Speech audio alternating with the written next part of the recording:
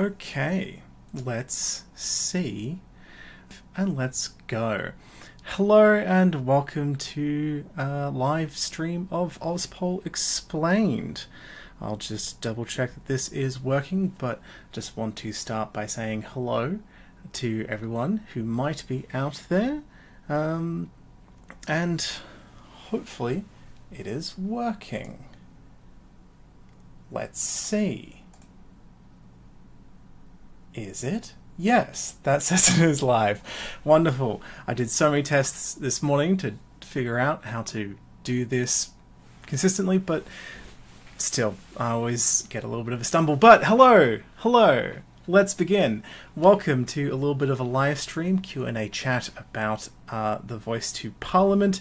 I'm David, your curly-haired host, if you're not familiar with me. And I want to answer some questions about the Voice to Parliament, because that is, that's the big thing that people are curious about. So, yeah. Let me just start off. I'll just let people figure out some questions in the chat, but I'll start off by, doing a few general observations that I've had.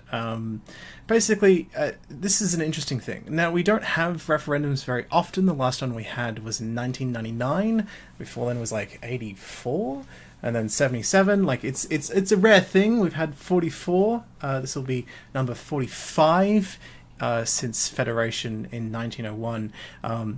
So people don't exactly necessarily have like some ordinary kind of like social norm to how they do this, and so they're treating it like a general election. They're treating it as a very like partisan politics kind of thing, where there's a lot of people who have distrust of Labour and are viewing it through the lens of that. But it's not about Labour. It's not really a partisan thing. It's about the Constitution. It's about the rule book that all future governments have to adhere to. So we're not voting in relation to our, what we think of Labour or what we think of Anthony Albanese. We're voting on what we think should be in the Constitution. So the coalition will one day be in government. Do we think that they should also adhere to these rules? What if in 50 years there are different political parties? What rules do we want them to adhere to too? And so that is basically like, that's what a referendum is about. It's about the Constitution, It's about like the rules, the foundation to which Parliament and future governments can build on top of. So it's just interesting to see a lot of discussion where people were like, Labour's voice. And it's like, well, it's not Labour's voice. Labour didn't develop it. It was developed over multiple governments. Like the Uluru Statement from the Heart calling for a First Nations voice was like signed in 2017 under Malcolm Turnbull. The co-design report that has like, 260 pages worth of like information about like how that was like tabled in 2021 under Scott Morrison. So like this has been an ongoing project over multiple governments, multiple prime ministers, and the point of the Constitution is for that to have a lasting impact across multiple governments and multiple prime ministers. So we really need to divorce this sort of false partisan idea of the referendum is linked to Labour. It's not. And okay, so getting some questions funneling in. Ned in the Box asks, why put it in the Constitution and not just in legislation? Well, there's a few reasons. The first one is to recognise Indigenous Australians in the Constitution. It's the foundational document, and the argument being put forward is, well, it shouldn't just be, there they are, because, fun fact, Indigenous people are recognised in every state constitution. Whatever state you're in, if you're in a state, I don't know, some of you might be in territories, but if you're in a state constitution, your constitution recognises Indigenous Australians. But just sort of like a symbolic recognition. And John Howard also tried to have a similar sort of symbolic recognition in 1999. There were actually two referendums. One was to become a republic, and one was to put a preamble. The original draft was written by Les Murray, the poet. And so the idea is to be like, okay, we want to recognize Indigenous Australians, but we don't want to just like spend, tens of millions of dollars just to ask people to put some symbolic words in there that have no meaning. They have no impact. They have no meaningful difference. So the idea is to put in the voice as a sort of way to not just recognize the history of Indigenous people, but their right to self-determination by creating a permanent advisory body. So it's not up to the whims of the government of the day as to whether or not this body exists. That as a structure allows Indigenous people the independence and ability to have this ongoing formal ability to engage with Parliament and the executive government. It could be established by legislation, but then equally it could be abolished like any other piece of legislation. So the argument put forward by the Uluru Statement from the Heart is that this ensures longevity and therefore effectiveness instead of the stop-start politics of the election cycle. Some people argue that it shouldn't be in the Constitution because of that permanency. They don't see that as a benefit. They see that as a downside. It's up to your personal opinion. The Coalition has argued for the establishment of the voice. Like I said, the co-design report is like 260 pages about how to establish one.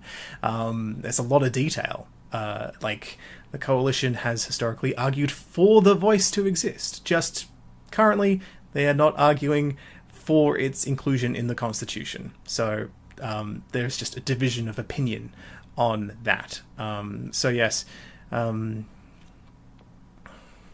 Okay, hi Bianca. What is the voice to Parliament? Well, basically, right, it's not just to Parliament, but the idea is, let's create an Indigenous advisory body comprised of Indigenous people, chosen by Indigenous people to comment on matters to do with Indigenous affairs, things that would impact Indigenous Australians. And it's often been misrepresented and exaggerated, but the core of it is that it is an advisory body. So it's not part of Parliament. The members of the Voice are not members of Parliament. They don't have the same job. They don't have the same purpose or power or function. So it's not a legislative body.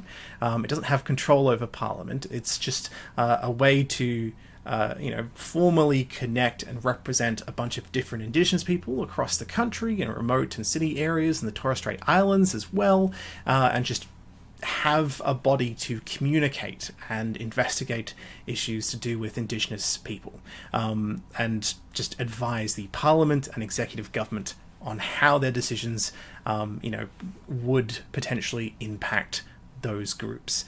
And basically, it's like, okay, you get to decide what that means. By you, I mean the Indigenous people. The Voice gets to decide what counts as Indigenous affairs, because, the whole point is to be like, okay, well, many Indigenous people have been excluded from the democratic process in the past, and until the 1970s, no one actually asked them what kind of thoughts they had on the laws that would impact them. So the idea is to be like, okay, well, what's your cultural take on this? What is important to you? And you tell us. So there's this two-way system of the Parliament can be like, okay, we think this law would impact Indigenous people either directly or indirectly, and then ask the Voice, or the Voice could look at a bill and be like, hey, I think you've missed some details. I think you should have some perspective and offer up a report or some advice on how that would affect Indigenous people. So let's take voting reform, for example. If you wanted to introduce voter ID laws, or you needed a photo ID before you could vote, well, now that has broad application to everyone in Australia. But many Indigenous people in remote areas or low socioeconomic conditions, for example, have a barrier to accessing those photo IDs. So the idea would be that the Voice would be like, I know this is not specifically about Indigenous people, but we can see how there is a specific and disproportionate effect on Indigenous people. Here is some advice on how to approach that. Either that being don't do that, or here's how you would ensure that Indigenous people have access to those IDs and therefore maintain those services. And Parliament then gets to decide what to do with that advice. So it's not a controlling body, it doesn't have legislative power, but its input is just there to inform Parliament and the executive when they make those decisions. But, you know, it has to make a convincing argument as to why the thing it is talking about is related to Indigenous affairs, because, you know, if it just goes off talking about, like, hey, I don't think we should buy more submarines, it's like, what has that got to do with Indigenous people? Sure, Indigenous people live in Australia, and our military therefore affects them as citizens, but, like, there's no actual special impact on Indigenous people if we do or don't buy submarines. So that's just too broad to apply. So you can see why how there's this distinction between things that, like, apply to everyone but would have special impact on Indigenous people versus things that apply to everyone. The Voice isn't going to talk about it. So yeah, that's getting that into there. Okay, neat. Now the questions are rolling in. Let's actually get a bit quicker. Yes, March Ottoman. I hope I said that correctly. There have been various Indigenous advisory groups that have existed in the past. Gough Whitlam was the first to establish one.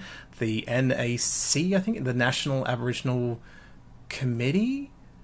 Oh, I can't quite recall. That was, like, elected by Indigenous people. It was short-lived. It was replaced by the National Indigenous Consultative Committee.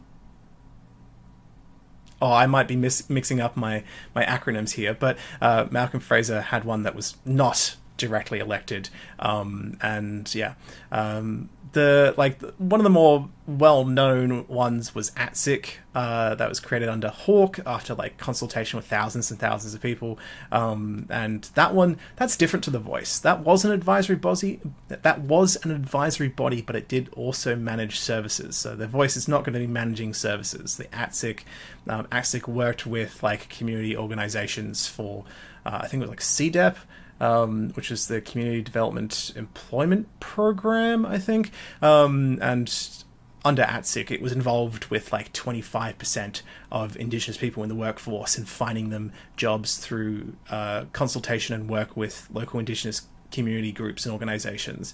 That was abolished under Howard. To be fair, the chair, the person in charge, had some terrible allegations against them. I'm not entirely sure of all the details, but yeah, so there have been advisory bodies in the past. They're not necessarily entirely analogous, but the idea is there. So it's definitely a thing that has existed in the past and abolished in the past. Voice make it easier for Indigenous people to gain a treaty, and what's the argument against treaty without the Voice? The Voice, I mean, a treaty, let's talk about what a treaty is. So a treaty is an agreed, legal, binding contract between two bodies, usually nations, or, like, states. So in this case it would be an agreement between the Australian government and Indigenous people or specific Indigenous groups. And so the value of that people have is that, well, that's a set thing. That has a particular agreement, a mutual agreement, and therefore has some kind of force. What is in a treaty? Well, that's unique to that treaty. So some people prefer that to the Voice or want to prioritize that to the Voice. However, you could also point out that, well, a treaty requires lots of negotiation and discussion. So the Voice could facilitate that. It could aid in the discussion by having that representative and broad formal ability to communicate on behalf of many Indigenous people. The treaty can still exist without the Voice. Victoria is working on one now. Australia doesn't have any on a state, territory, or federal level, but Victoria might. Really, the argument isn't really so much like that the Voice would have a negative impact, because it's not a competing goal like the Treaty, Voice, and Truth-Telling Commission. Those are the three requests by the Uluru Statement from the Heart. They can complement each other, they can help each other grow, but also then, you've got they have different purposes and functions, therefore some people would argue for one over the other or one before the other, and some other people would argue that, well, no, we want all of them or both of them and see them as useful. Okay.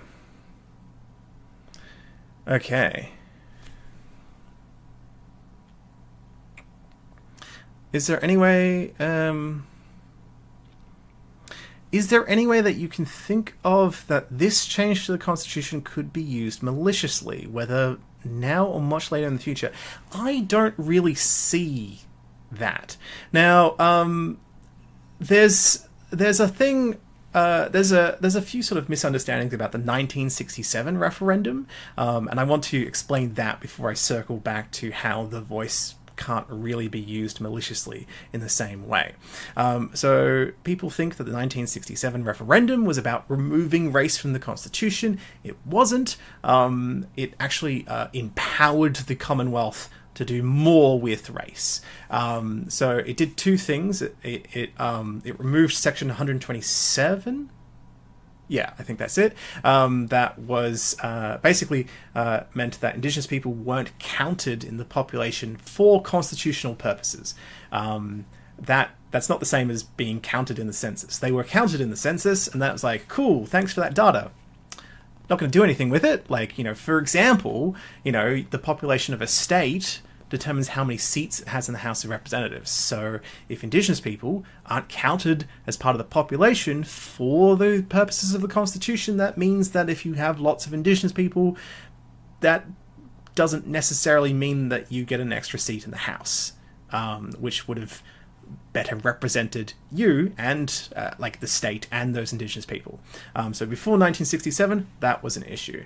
There were other sections, but some of them were defunct by that point in time. Anyway, so the other one is there's the race power in Section 51, and that was basically the federal government can make laws in regards to particular races, special laws as it sees fit, except for Indigenous people.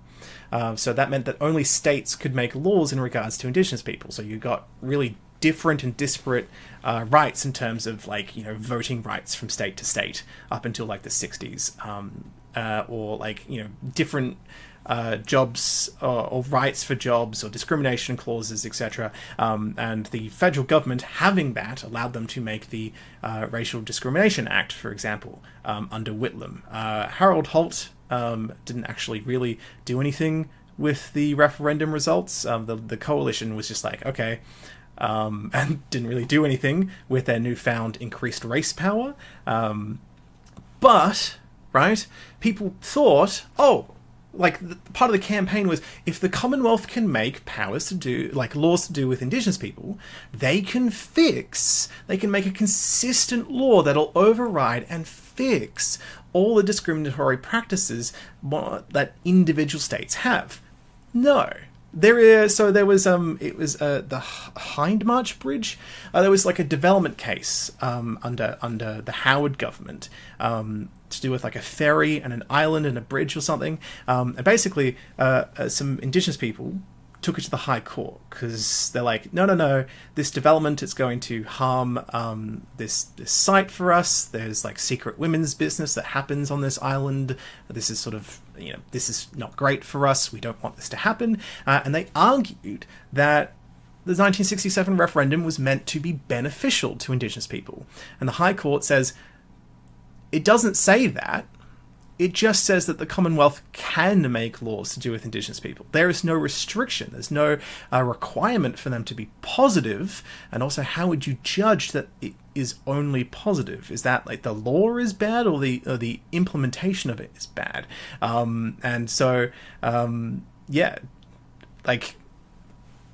The federal government could make very discriminatory laws to do with Indigenous people, thanks to the 1967 referendum. It also could make things like land rights under Keating, which have been beneficial to Indigenous people.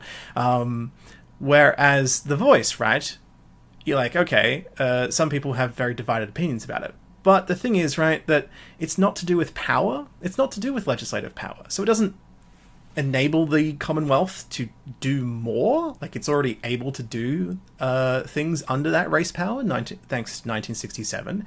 It doesn't give Indigenous people control over Parliament. It's just, the ability to give advice to Parliament. That's more of defining its purpose than really giving it special rights, because you can also communicate with the executive and Parliament. So there's not really like a sort of malicious ability for it to control anything. And any decision that it recommends to the government then has to, by itself choose to do. It's not forced to do, and then it is then like subject and liable to the public voting either positively or negatively. So like the most malicious thing the voice could do is recommend government action that is popular with the electorate but unpopular with the government, leading to the government making a decision that the public doesn't like because it's ignoring the voice. And I don't know how you'd engineer that. So it's not really like a thing to be manipulated or used. It's just that's just a situation that might happen. There is a genuine possibility that the government is going to just ignore the advice of the voice and get voted out because of it. That's not really malicious intent. That's just a natural democratic consequence to your actions. Okay. And now more things coming in. I'll try and answer these quicker. Ned in the box says that sovereignty comes up from the progressive nose. How's the Constitution impact on the concept of sovereignty? Sovereignty, the Uluru Statement from the Heart views sovereignty in a different way to, say, a lawyer would. It talks about like a spiritual connection with the land and waters and sky, and that sort of concept of connection as sovereignty. But a more legal sense would, who actually has control, who has legal authority? And the answer is the Crown and Parliament. And so the Constitution doesn't really acknowledge or accept Indigenous sovereignty. However, sovereignty can't really be ceded unless, like, there's, like, military invasion, or, like, no one lived there beforehand. Like, like terra nullius, which is not a real thing for Australia, was the justification for, the British being like, it's our land now. So, yeah, and then there's, what's the other one? A treaty. You could cede sovereignty in a treaty. Indigenous people probably aren't going to do that. I'm pretty sure most of them don't want to do that. So in a technical legal sense, Indigenous people are already under the sovereignty of the Crown because they are subjects of Australia and subject to the laws created under the Constitution. And participation in those laws doesn't cede sovereignty because, again, there isn't actually a treaty that says, yeah, we agreed to this. So, the voice doesn't really deal with sovereignty. It's not really about that, not in a legal sense, because, it's not going to alter anything to do with that. It's not a treaty that cedes that. It's not really about that as a concept. It's just a different way of participation, and participation already exists. Elected members can be Indigenous. They are making laws in regards to all people, including Indigenous people, who must obey them. So, like, the idea that it's going to undermine sovereignty sort of doesn't really work, because if sovereignty is undermined through participation or legislative power, then it already has been.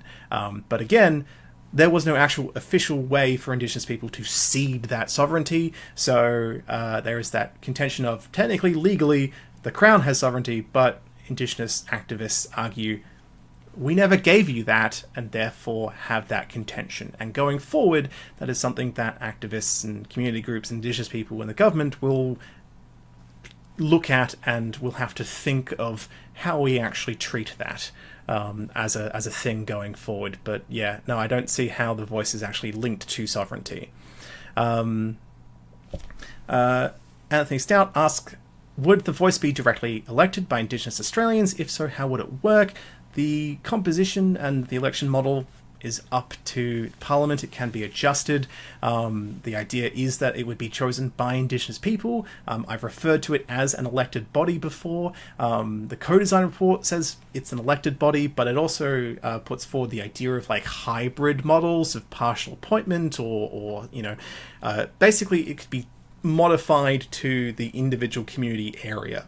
Pardon me. And the design principles put forward by Anthony Albanese's Labour government also, say the possibility that the local communities would have different sort of models. So that is the kind of thing that would be worked out in consultation with Indigenous people. Just like, Bob Hawke talked to thousands of people before. I mean, he didn't personally do that, but the Hawke government worked alongside and talked to, I think it was something like 20,000 people and consultation submissions before creating ATSIC. And we're going to see something, if the voice, passes, we're going to see something similar. Like thousands of people have already written submissions and worked on, the co-design report and the Uluru Statement from the Heart and all these sorts of things. But legislation takes a long time to write, especially if you haven't got the actual green light to write it yet, which is what the referendum is. So it could vary from area to area. The most likely thing is that there'll be various regions or areas. Like ATSIC had, I think, like 35 or something that would be worked out with local government areas, and Indigenous people would choose candidates in some method. That doesn't mean that it's like a general election where every single person has to cast a ballot. There could be some stipulations in some areas where they only want to put forward people that they recognise as elders. It's something that is up to Indigenous people to collaboratively design, and that could be altered over time.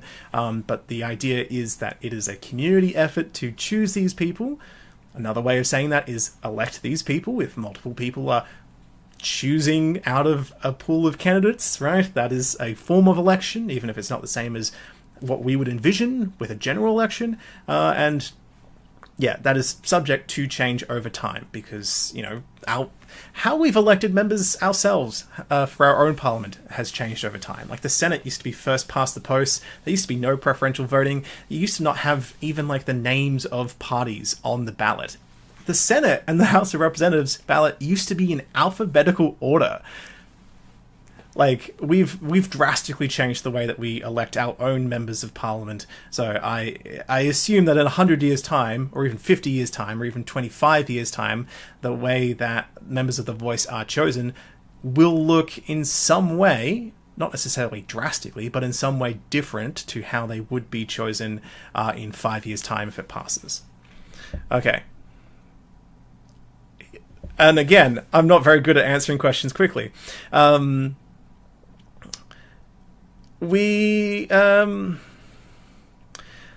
voice is the whole point of the voice is to basically work with existing structures but create like this ongoing thing. So some people think that the NIAA, the National Indigenous Advisory Association, is kind of like, well, that's like a voice. It's an advisory body, but it's not quite the same. For starters, it reports directly just to the Indigenous Minister for Affairs. It can be, it's managed by that department. It could be abolished by that department, whereas the Voice as a constitutional body would have more independence. And the idea is that it would advise Parliament, which is every elected member, not just, a government minister who is one of a subsection of the government party, and also the executive government, so other government departments and relevant ministers. So that's the sort of that's the distinction, really, is kind of the scope. Like the NIAA doesn't advise Parliament. It sends reports to a minister's office, and then the minister gets to make decisions on that. It doesn't have the same transparency or scope. The NIAA can't send a message to the Minister for Health. It can't send a message to, I don't know, the Minister for Transport or whatever. So it's different in part. Not like drastically, radically different, because the concept still exists in our parliamentary democracy, but the scope, really, the scope is the distinction there, besides the constitutional protection and the independence that allows it to act without direction or management from a particular minister. It advises all ministers in non-binding, like, it's not legally binding advice, it's just, that's its purpose, to have that, be like, okay, let's, instead of controlling this body, the NIA, by the way, is not Indigenous led. Also, that's another distinction. Instead of controlling this body, let's create it. Let's have some framework and legislation to allow it to run effectively and allow us to, create the structure to settle disputes or ensure that there's, restrictions or regulations. But then other than that, just let it tell us what it thinks and, give it that scope to work effectively instead of having a niche, like, this is what you will talk about. You will write a report on this thing. You will report directly to just me. Like, that's the distinction. Boyden asks, how do you think we can challenge misinformation about the voice? I think just start conversations and try to just talk to people with no malicious or derogatory intent. It's difficult for me, to take a step back. I mean, it's difficult for all of us, but I get very annoyed at my comment section and I'm like, what are you talking about? This is literal nonsense. And it's difficult because it's like, if you go hard in and be like, it's stupid, what are you saying that's stupid? People are going to go whoa, but misinformation just arises not necessarily from malicious intent. It could just be a misunderstanding. People don't understand what make representations means. In clause 2 of the proposed amendment, it doesn't say advice, because advice is what the Governor-General acts on in relation to ministers. And so to make it very clear that it doesn't have the same legal weight by convention that ministerial advice has to the Governor-General, it's make representations, which is not a term that people are familiar with, but it, lawyers wrote it to make sure that there wasn't scope for High Court challenges. They made sure that it was safe in that way, but then people were like, but I don't know what that means. To make a representation is to communicate an idea on behalf of a group or individual. So it makes representations, it communicates an idea on behalf of Indigenous people, right? And because you don't necessarily understand that, then you're like, well, there are representatives in Parliament. This is talking to Parliament. Is it like a member of Parliament? Does it have legislative power like a member of Parliament? And then that feeds and snowballs and whatnot. So to fight misinformation, one, you need to be patient. You need to understand that this is just a natural thing that happens. You don't know necessarily where people are getting their information from, and just find out what people's concerns are and just break it down. Address that. Just talk to them. I know that some people are just going to be very aggressive and knee-jerk about no, you're trying to challenge my opinions, I don't like that, and shut you down, in which case you tried your best, oh well, move on. But some people you can actually just, talk to, and I think that's the most important thing. Okay. Gosh. How much have I actually missed out on? Okay.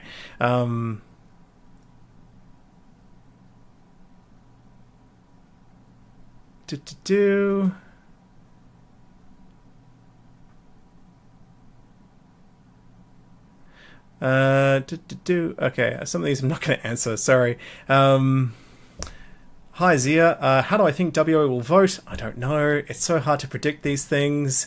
Again, this is also, this is not you can't look at this based off past, say, election results, because that's what they've been doing almost all the time since the early 1980s. Or it's very statistically unusual for Tasmania to have successive Liberal terms. That's a kind of political vibe that you can kind of make some judgments on, whereas a referendum is a very specific thing, it's a very specific question, and also at this point in time, polls are shifting and changing, but also we haven't had our official yes and no pamphlets, so there's, the campaign hasn't really properly started in full yet, so it's difficult to actually make judgments as to, what the actual real vibe is in terms of opinion, because a lot of people just don't know yet, or have been given information that they will reconsider over time. There's still months to go. So it's so hard to predict these things.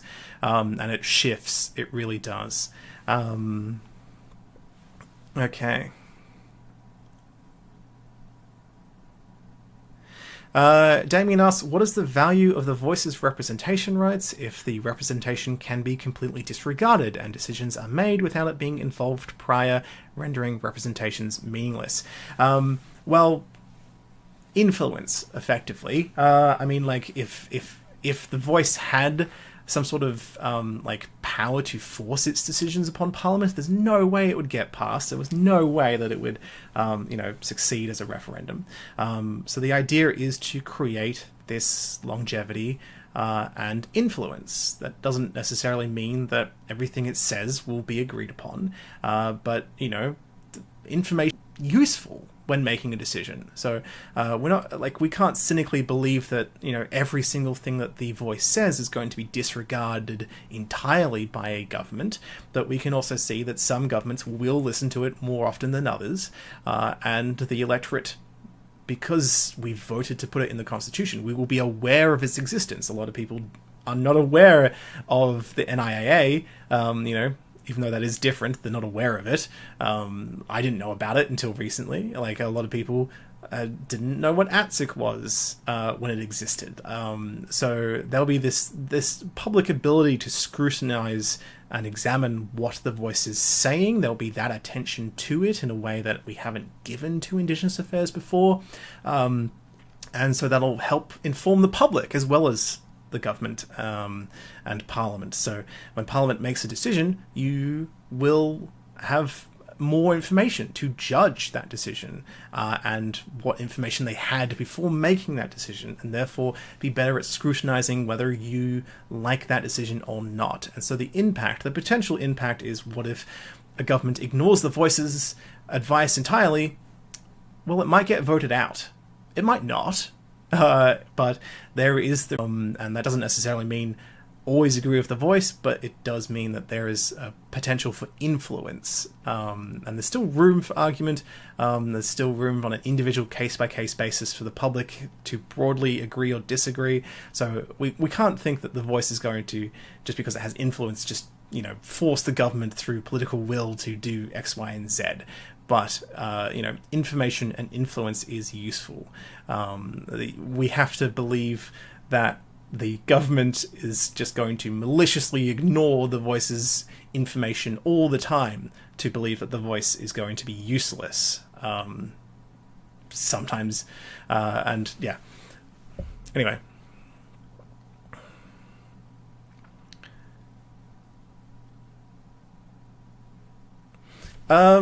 Hi, Vasu. In my opinion, the argument of there not being enough information, is there enough information available? There's so much information. This is the kind of thing that I find generally, but it's really been amplified now, is that people don't understand where to find information. They don't understand that there's actually a lot of transparency and there's so much information. And also, if you don't understand how Parliament works, or the courts work, or the Constitution works, it's like, how do you find this information? Or how do you even contextualize the information you have? We have so much information about the voice. We had genuinely so much.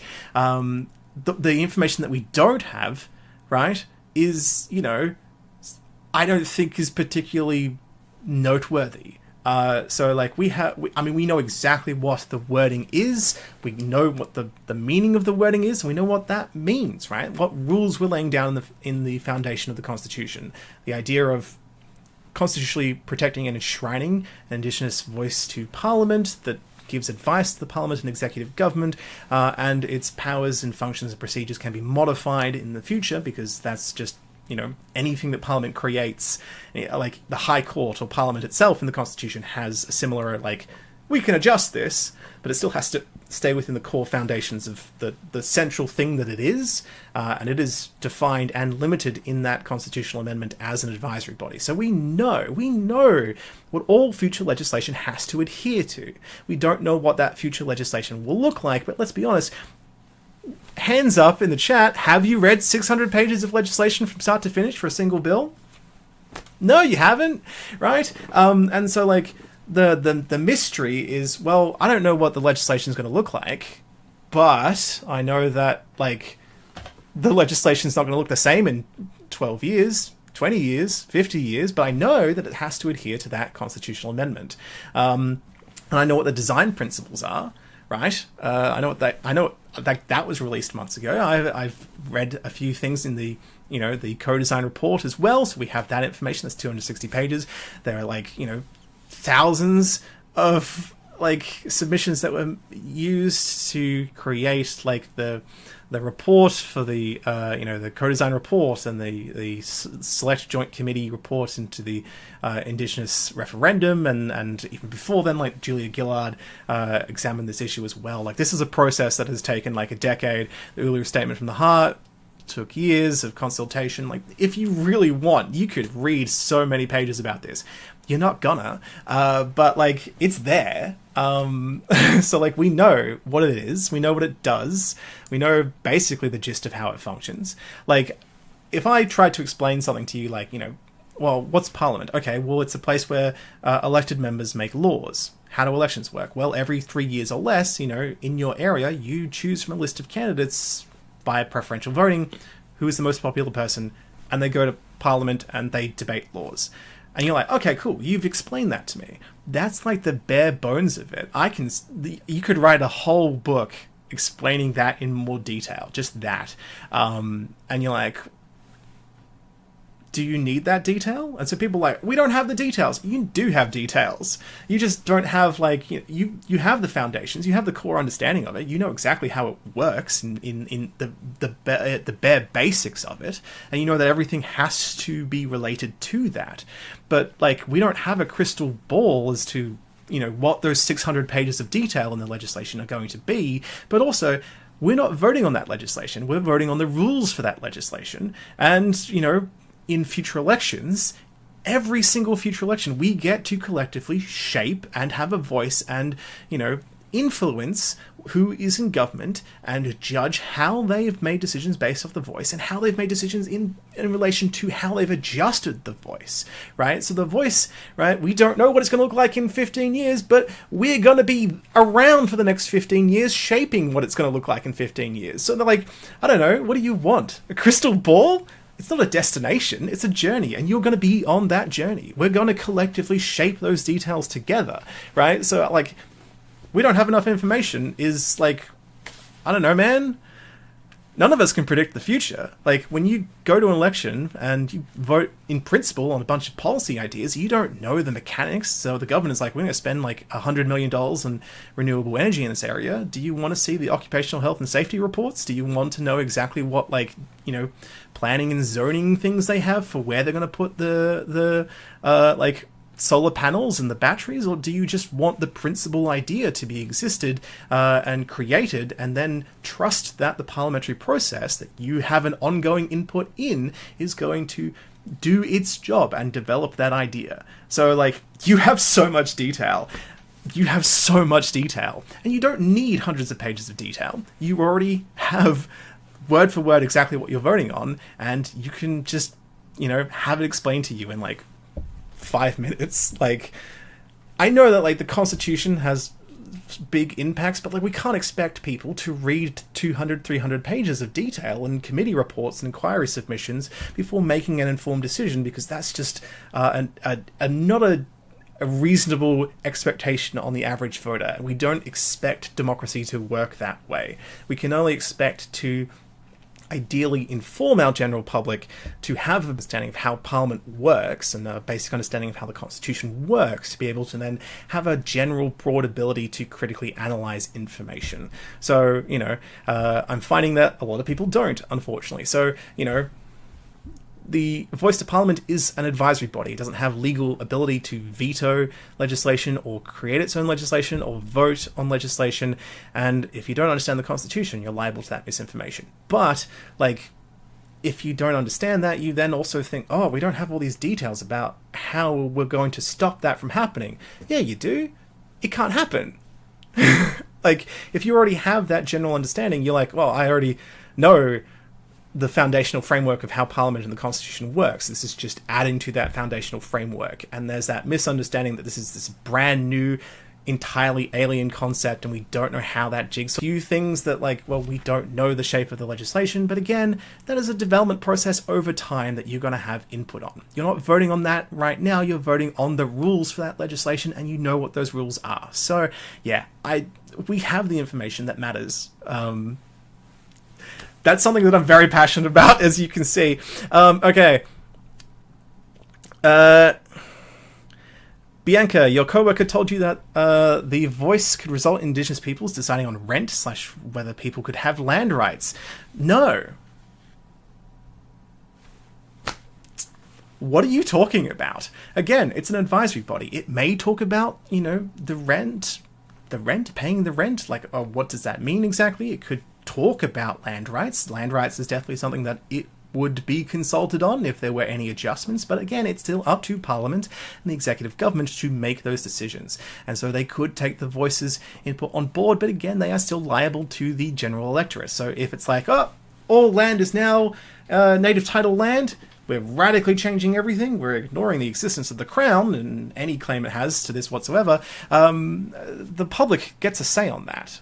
It's the Parliament that made that decision, not the voice. So the voice can't force that to happen. The voice can talk about that if it wants, but we don't know what the agenda of the voice is because, we don't know what the agenda of Parliament is in 5 years because the people in Parliament haven't been chosen, right? The people who will be there in 5 years haven't been chosen yet. And the people in the voice haven't been chosen yet. Therefore, we don't know what the agenda of the voice is. And so we can't make any assumptions about what it'll campaign for.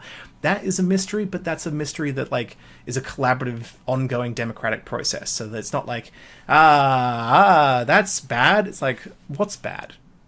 The thing that you made up? Or, the thing that you can just work to influence to make sure it doesn't happen. I don't know, man. Anyway. Hi, Josh. I don't actually know if there is a similar country that has had a similar system or body to this one. Because I only focus on Australian politics. There was... If you look up the committee inquiry report... under Gillard to do with constitutional recognition in 2012. I believe it does actually have a section to do with similar concepts in other countries. But again, that was not about the voice. That was about an anti-discrimination Bill of Rights. That might be the committee report I'm thinking of. I'm not sure. But yeah.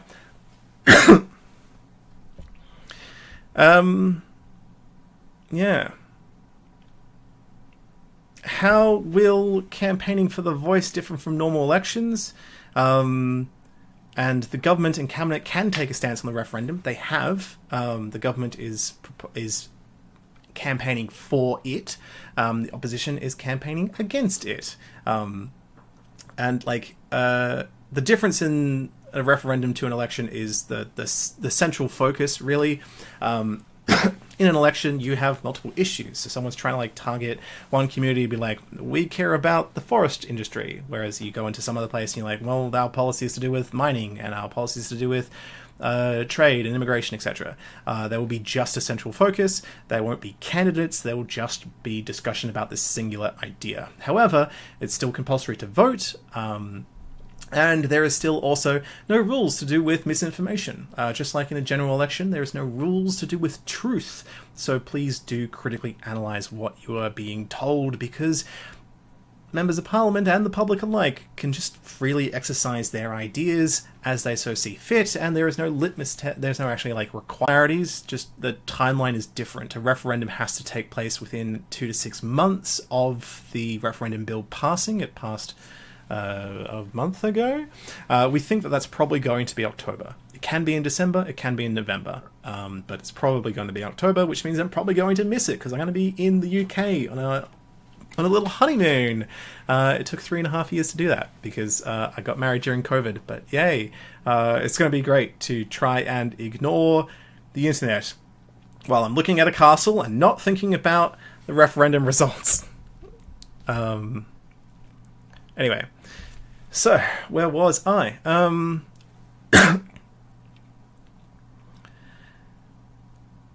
Yes, that's right. I don't talk about my personal opinion because look, I'm meant to be impartial here, and I don't want to be an authority figure that influences how you vote. I don't know what reason you have to vote one way or the other. I'm just here to give you information about, the mechanics of something. And I guess I was a bit opinionated just a moment ago about, do we have enough information? That is my opinion, and some people can disagree with that. But yes, I don't want to tell you how I'm voting because I don't want to influence you, and I don't want to appear as if I'm taking a side. And it's not really critiquing my opinion about the voice. I'm trying to tell you mechanics about the voice. Anyway, sorry. Okay. Don't you think the High Court would agree to really have a representation rights that is pointless in terms of advising decision? What? Okay, so basically the High Court is not going to rule that the voices' representations have legal impact. It's not going to do that. I mean, there's a minority of constitutional experts who are concerned about who want to exercise an abundance of caution in terms of reference to the executive government, not necessarily scratch it out entirely, but to alter it to be the Parliament can make decisions about the legal impact of the voices' representations, which is just argue that was not the best because it kind of just feels a bit insulting. Was the argument? Gosh, where was I? So basically. Okay, let's talk about how the High Court actually interprets things. So one of the Acts Interpretation Acts of 1901 actually predates the High Court, but it has a bunch of rules and ideas of how the High Court would interpret things, and that includes things like the explanatory memorandum. Now, that's a thing that's attached to a bill that explains the intention of a bill, right? They didn't always have them before the 2000s, so some things are a bit spotty, but we have them for every single bill now, right? So the High Court, right, it goes, okay, we have this case, someone's trying to make an argument about X, Y, and Z, in this case the voice, and the impact of its representations. What is the intention of the amendment, right? The amendment has to be introduced as a bill to begin with, to create that referendum. So what does the explanatory memorandum say about the intention of this amendment? And it clearly states there is no obligation on the Parliament or executive government to consult the voice ahead of time, and there's no obligation that this is a necessary thing before the decision can be made. They still have the final decision-making power. The whole point of it is to aid them in having informed decisions, but there isn't a legal weight to that, right? So, that and the second reading speech introduced, which is when the minister who introduces the bill gives an introductory speech, which also replicates that. So, concerns that there would be an obligation on the executive government to consult it ahead of time, those were really brought up before the explanatory memorandum and second reading speech were introduced. So those kinds of materials kind of address those concerns and demonstrate that a future High Court is almost certainly just going to look at those and be like, okay, well, the intention is clear. Make representations doesn't have any extra legal weight. It is not like an extra right. It is more to facilitate, to enable and define the purpose and function of the voice, right?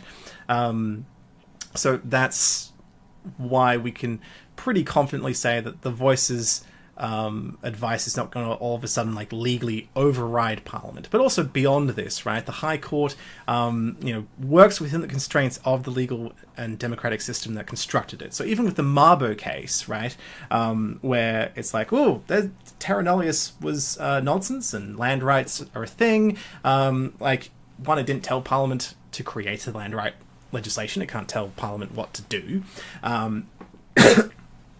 But it acknowledged hey, Australia was built on this like stolen land effectively. Like we took land, we invaded the space, and we built this structure, including the High Court as part of that system and institution, on like something that was not a legal, claimant to the land. It can't then also go, well, that means that we don't have legal authority. Goodbye, right? Like it does. Like it still has. Like it can be like, well, that was unjust, but we can't make any ruling that undermines or alters the institution to which we have to work within. We can't disregard the Constitution. We can't disregard our judicial powers or structure or conventions, because that's simply not within the High Court's ability to destroy itself. So it kind of doesn't really indicate that the High Court is ever really going to suddenly make a ruling that will undermine and make our system of government unworkable, or radically structure or re-alter it, because it bends over backwards to just not do that. It understands that there wasn't a legal reason for Australia as a nation to exist, and therefore there isn't a legal reason for the High Court to exist, but the Constitution does exist, and the Australian government does exist, and Australia does exist, and therefore the High Court has to work within the constraints and framework that Australia as an entity and concept and country exists, even if its foundation was based off, a falsehood of terra nullius. It exists now. It can't undo that. So the voice makes representations. You make representations when you sign a petition and contact members of Parliament. The High Court is not going to rule in favour of you for creating a petition if the government ignores that petition. But petitions are useful. They provide information. They provide influence. It is a useful tool for democratic participation. It is a complement to the democratic institutions that we have. So I don't really see the weight to the argument that the voice is going to undermine or destroy those democratic institutions, because it's not really within its power to do so. Yeah. Anyway. I don't know anything about Origin. Anyway, hi, Blaz. Is the referendum more to give Parliament the power to change the Constitution, and that will be complicated back and forth as usual if yes goes ahead? No. It's not going to be complicated. It's going to be straightforward and exactly what you voted on. The referendum is a requirement to change the Constitution. To change the Constitution, you need to have an exact wording given to the public. So we know exactly how the Constitution is going to change. There isn't a back and forth, right? The only back and forth really is the consultation process with Indigenous people, if the referendum succeeds, where the government then consults with them about how to create the legislation to establish the voice. The constitutional framework creates the rules and restrictions and around the existence of the voice and the limits of the voice. So it's a representative Indigenous advisory body that comments on Indigenous affairs, right? So anything that is built upon that has to be limited and restricted by that. And the only real back and forth is how we construct and build upon that. But in terms of the Constitution, that's done and set. If it's voted yes, the government doesn't have a choice. It can't renege. It can't go back on that promise. It can't alter anything about the wording. That is the rule. That is the thing that we have voted for. And if we vote against it, well, then the government can't put that in the Constitution. They can't be like, oh, but what if we adjust it slightly and then put it in? They'd have to hold a whole new referendum if they change any of the wording to change any element of the voice wording at this point. They would have to reintroduce a whole new bill, and we'd have to start the process again. So there is not that back and forth in that element. But yes, the referendum is a necessary element to change the Constitution at any point in time. The referendum has to have a specific purpose. The referendum is not just a general ability to alter things generally. Okay. I don't know about postal ballots to do with referendums, because the last one that happened was when I was 7. So I hope that the postal ballot system is similar, because I don't want to miss it. I love voting. I think everyone should vote. Enroll to vote at aec.gov.au/enroll. That's enroll with 1 L, or update your details if you've moved house or changed name recently. Yeah.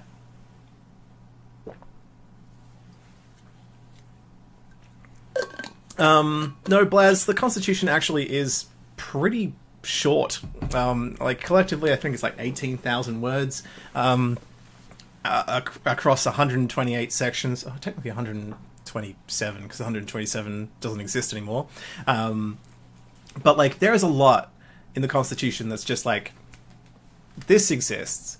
Like, there are some sections that are detailed, like section 128 about referendums has multiple elements to it, and it's like, okay, well, a bill has to be introduced, but, you know, not both chambers need to agree with it, but if it is knocked back, we have to wait 3 months, and then you do this, and then you send it to the Governor-General, and the Governor-General may approve it, or may not, but if it does pass by both chambers, you just send it to the Governor-General, and the Governor-General does approve it. That one's less optional.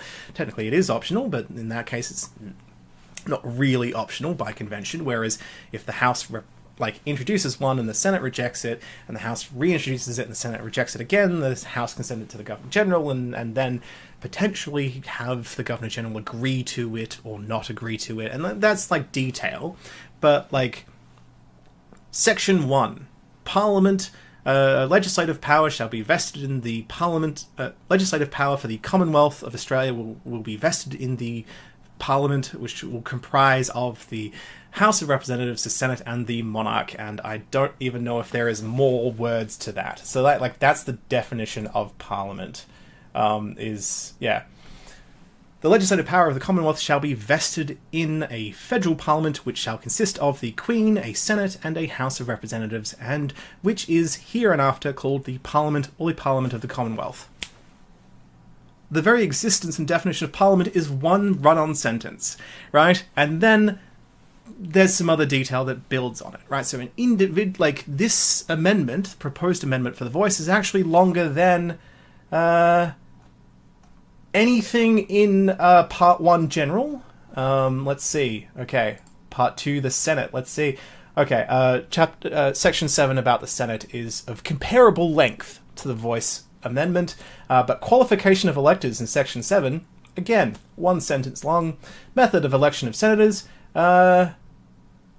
3 sentences. Application of state laws, 1 long sentence. The Constitution is just there to be like, these are the foundations, you figure it out. You figure out the details, so long as they are like within these details, this foundation, yeah. So the voice amendment actually has more detail than most sections of the Constitution. So it doesn't lack detail. It basically, Clause 1, the voice exists, so it can't be abolished. Clause 2, it makes representations by Indigenous people, on behalf of Indigenous people, about Indigenous matters. So it just communicates advice, right? That is not a special right. You have the right to make representations as well, so that is defining its purpose, its function, its limits, right? Clause 3 is just a blanket sort of general thing of like, the Parliament can adjust legislation around it, so long as it is limited to the Constitution, which would include Clause 2 if it was created, which means that any powers and functions have to be relevant to it being an advisory body and making those representations. So it could be like, what power does it have to investigate issues? Can it request documents from organizations and corporations? What's the methodology for it to deliver these representations? Do they all have to be written? Are they all tabled? Are they all given to a minister, or can they be distributed in different ways? That is the detail that Parliament builds upon, and that's just a general standard thing for the Constitution. But also it says, because it's subject to the limits of the Constitution, that is, just in case you didn't get it in Clause 2, right, it is also then unable to encroach upon the powers defined in the Constitution. The separation of the legislative power, Section 1, judicial power, forget which section, but that's the courts, and executive power, the executive government in, Part 4, what is it? It's Chapter 3? Chapter 2. Chapter 2 is the executive government. Chapter 3 is the judicature. So, it's been described as having a double provision, because Clause 2 already tells you that it can't have legislative power. Clause, just in case you missed it, goes, no, don't worry. we can make laws to regulate it, because we can do that for everything. Like the High Court, for example, has an original jurisdiction and then an expanded jurisdiction, and there's the the rules around judges, and there's the foundational one, and then the expanded rules, and there's a minimum of 2 judges. We have more than 2 judges in the High Court, right? But don't get it twisted, it's still limited. We can't have infinite adjustment of it. So it's pretty self-contained, it's pretty self-explanatory, I feel. Broadly speaking, the mystery is, well, what impact will it have? What impact will its voice have? What influence will that have? And that's the thing that we can debate and discuss, and that's the kind of thing we can't make definitive statements about, because that is just the natural thing of how and society works, and Parliament, and we have to, for it to be effective, we need not just to have effective legislation to structure it based off those foundational rules, but we also have to elect members who are willing to work collaboratively with it. And that means that we need a society that cares about it, right? And so that's the layer of mystery, but then you could apply that layer of mystery to literally anything to do with Parliament in the future. So there is detail, and we know how it works. We know the foundational core aspects of it. If you I don't know how it works, because I don't know how frequently it gives reports. I don't know how frequently, whether or not it tables those reports itself, or if it gives it to a minister, if it has to give it to specifically the Prime Minister's office specifically, to then be disseminated. Those are details about mechanics that can be worked out in the future, and that's technically a mystery, but also is that really an additional mystery, or is that just a level of detail that you just didn't really need to know, because that it communicates with Parliament, which is all elected members, and the executive government, which are ministers managing ministerial departments, government departments. What that is effectively. Some people don't, and that's something that can be easily explained and summarized. But what was the question? What was I talking about?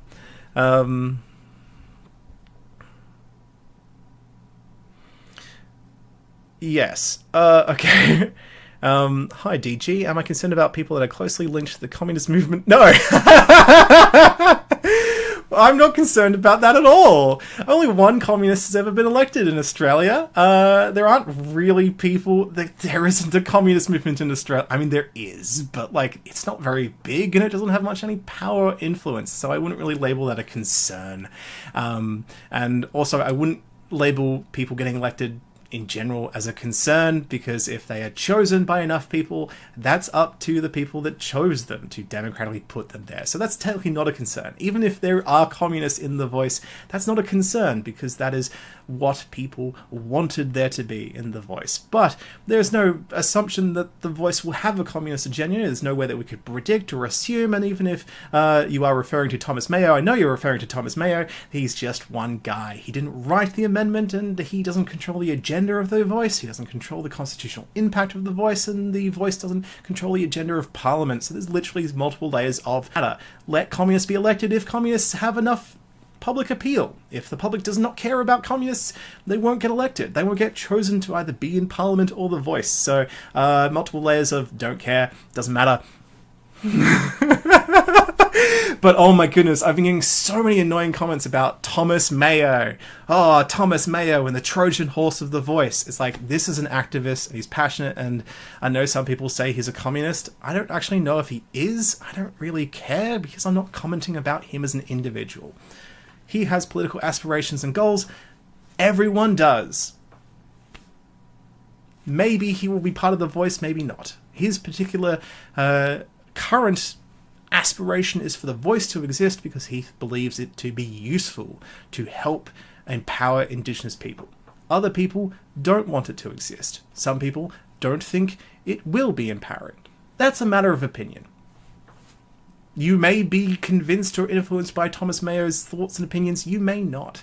But again, he does not control The Voice's agenda, and therefore he is but an individual, and we must always understand that The voice is not about individuals, it is about a collective ability for Indigenous people to be heard in the democratic process, and Indigenous people, broadly speaking, probably aren't communists. Though I'm sure there are some communists in Indigenous people and Indigenous communities, and, they have every right to be heard as well as everyone else. Whether they're, you are left-wing, centre, right-wing, etc. So, where's the concern?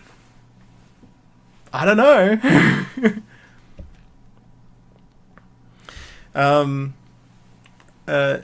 I can't pronounce it. Is that a fox as the profile picture? Are representations in general, just not necessarily the ones by the voice, public? Depends. A representation, again, is just a communication. So when you send an email to a member of parliament, that's not public unless you make it public. But petitions are generally the common way that people collectively make representations. Those are public. You can find a public record of the petitions, and petitions are tabled in Parliament, so tabled documents are also public as well. So there is a public archive of petitions. So that is a public form of making representations, but not all forms of representations are public, because that is up to the particular group or individual who is making that representation, and the way that they do that, the form in which they do that. Yes. March. Can the referendum question be completely ridiculous? Like, should we give everyone free money? Yeah? Yes. No, yeah, actually, yes. No, no, that's actually a thing that can happen, and that's... I don't know how popular that would be, but if we want to have a historic example, right? So, basically, government spending every year, like, the Parliament has to sit at least one day in a year to pass a budget for the general and ongoing spend of government. If we don't do that, the entire public sector just collapses, right? If we don't spend money on things, lots of things just don't happen, right? And so there's that ongoing requirement for that supply to be passed. And the 1975 constitutional crisis was when the Liberals in the Senate were blocking that supply and being like, we want an election, and this is our way to force that to happen, because the current makeup of the Parliament is not allowing that bill to pass and fund all those things, right? Now, parties don't do that. That was a one-off thing. But basically, right, it is up to the government as an ongoing thing to continuously work with the Parliament to do spending, right? Because that is... and also in the Constitution it says that to ensure that the government is the one that controls the agenda on that. An appropriation bill, a taxation, a money spending bill has to start in the House of Representatives. It can't start in the Senate, but it must be approved by the Senate. It can't be amended up in how much money it requires by the Senate, but amended down. So that's the kind of current restriction we have. You could alter the Constitution to allow the Senate to just introduce money bills, but also Indigenous people were in the West Australian State Constitution when it came into effect in 1890. But on top of that, right, there was dedicated funding for Indigenous people, for the welfare of the natives. But before you think, oh, that sounds interesting, it was very bad, and not in the way that you might expect, because Indigenous people did not have any control over that money. It was a stipulation put on the West Australian government by the British Imperial Parliament. They're like, we don't really think that you'll look after Indigenous people, so we're going to put this stipulation in the Constitution that gives you responsible government and autonomy, that you have to put aside, was it 5,000 or was it 2,000? I think it's £5,000 per year, or 1% of gross net revenue, whichever is higher, per year, for Indigenous native welfare. That was not administered by the government. That was administered by a department under the direct control of the governor, right? Pardon me. And this was the thing that A.O. Neville, the protector of Aboriginal people, I'm not going to say his real title because it outdated language in reference to Indigenous people, but basically the idea of, we're going to put money aside that the treasurer and the government has no actual say whether or not that comes out of the Consolidated Revenue Fund, out of government money, that is constitutionally enshrined as a thing that must go to the governor and the Native Welfare Department. I can't remember what it was called. The Protection Board, I believe it was. But of course, because they're British, and there's this very white superiority narrative and ideology at the time, Indigenous people didn't have a say in where that money went. And the things that money was spent on were not given to Indigenous people. For example, like blankets. Blankets, they're like, well, lots of Indigenous people sleep rough. We should help them. We should provide them blankets. But the legislation was that those blankets are still property of the Crown. So, you're a Indigenous person, you're having difficulty, you get a blanket, you get a tent, and you're like, yay, it's not the best, but now my sleeping conditions are better. And then you see another Indigenous person that's struggling. Well, if this Indigenous person then gave that blanket as an act of generosity, they've just taken away Crown property. That belonged to the King. You can't sell or redistribute those blankets, right? So that money was not for Indigenous people in the actual sense of Indigenous autonomy. It was a very paternalistic, we're not going to ask them, but we kind of have this vague idea of, well, we should protect the Indigenous race by controlling how their lives are, and also we don't trust the government of the day to do a good job, so we're going to put the power in an unelected governor to just control that money. And naturally the WA government was offended by this and spent, the moment they got responsible government, spent the next several years campaigning to repeal that section of the Constitution. And then they ended up just creating a similar structure. Just they were in control of that money and they were in control of that department instead of the governor, and they could choose not to spend that money if they didn't want to. They ended up spending more than £5,000 a year, but they could choose not to if they wanted to.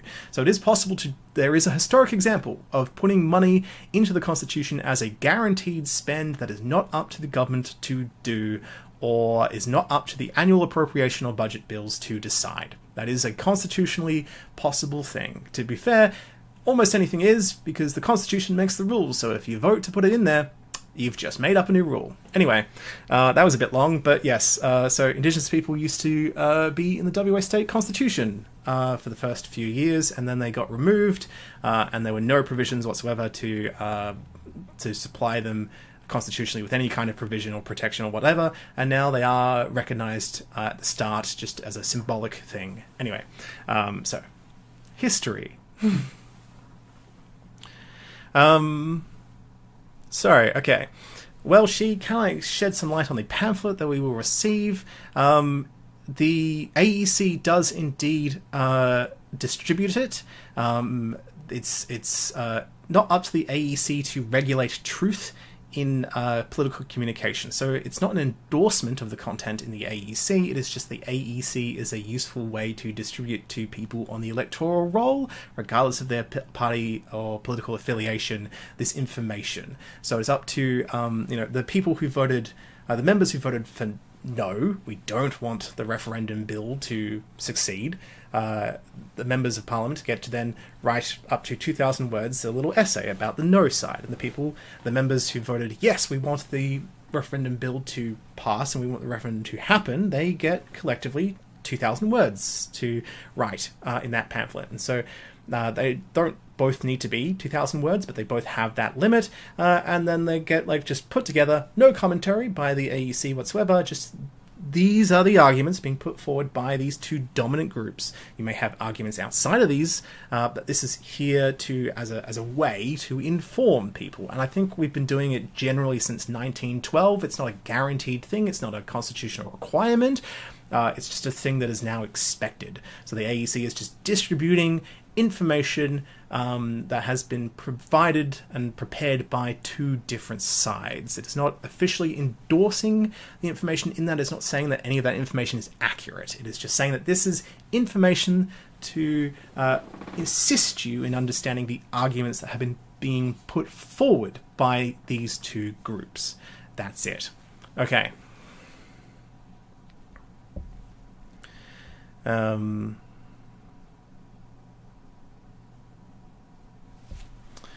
Okay. Thanks, Ned. I do have a lot of knowledge. I spent a lot of time reading about this. And yeah, that's what I do. It's like my whole thing. Okay. I feel like I've caught up with all the questions that I'm going to answer at this point in time, which is a pretty impressive thing for me to do. So let's see. Yeah, that's me. I'm really alive. Yeah. So do we have any new questions? I finally caught up with the chat. What's going on? Pause for breath.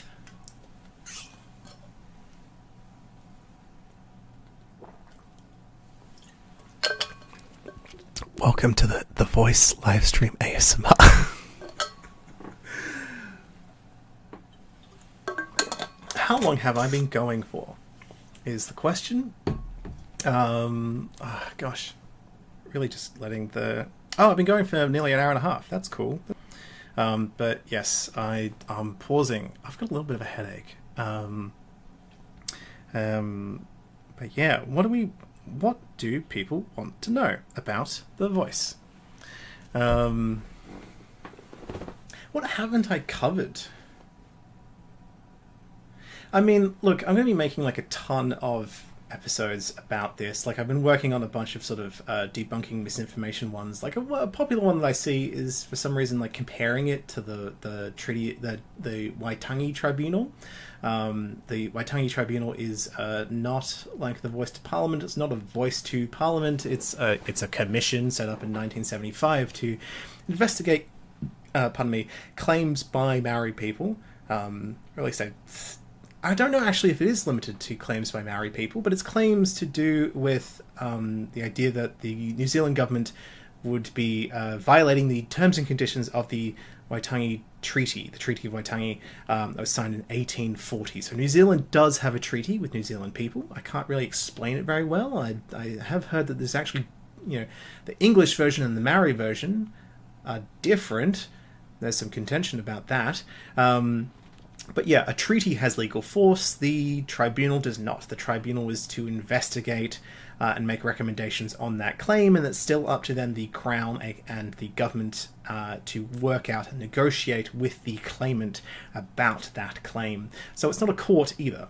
And the IPA, the Institute of Public Affairs, published a report comparing the Waitangi Tribunal to the Voice and made some absolutely wrong claims that the Waitangi Tribunal has veto power, and therefore the Voice would have veto power. Both of those are not true, because the Voice clearly does not have legislative or veto power. That's very clear in the amendment, unless you ignore, the words. And also the Waitangi Tribunal does not have legislative or veto power unless you also, again, ignore the words and what it is and what it does and how it functions and what its purpose is.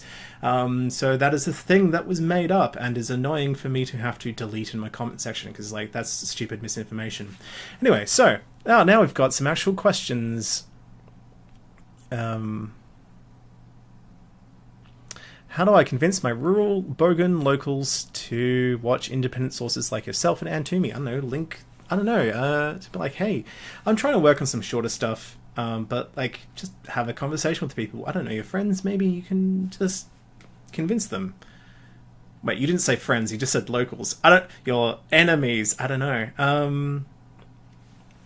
Thank you, Riley. I was surprised. I was genuinely amazed that I managed to get Professor Ann Toomey on the show. I was like, I'm just a dude in a room with a bookcase just talking a bunch of stuff, and then she was like, yeah, I'm very free this week, let's go. I'm like, sweet. And then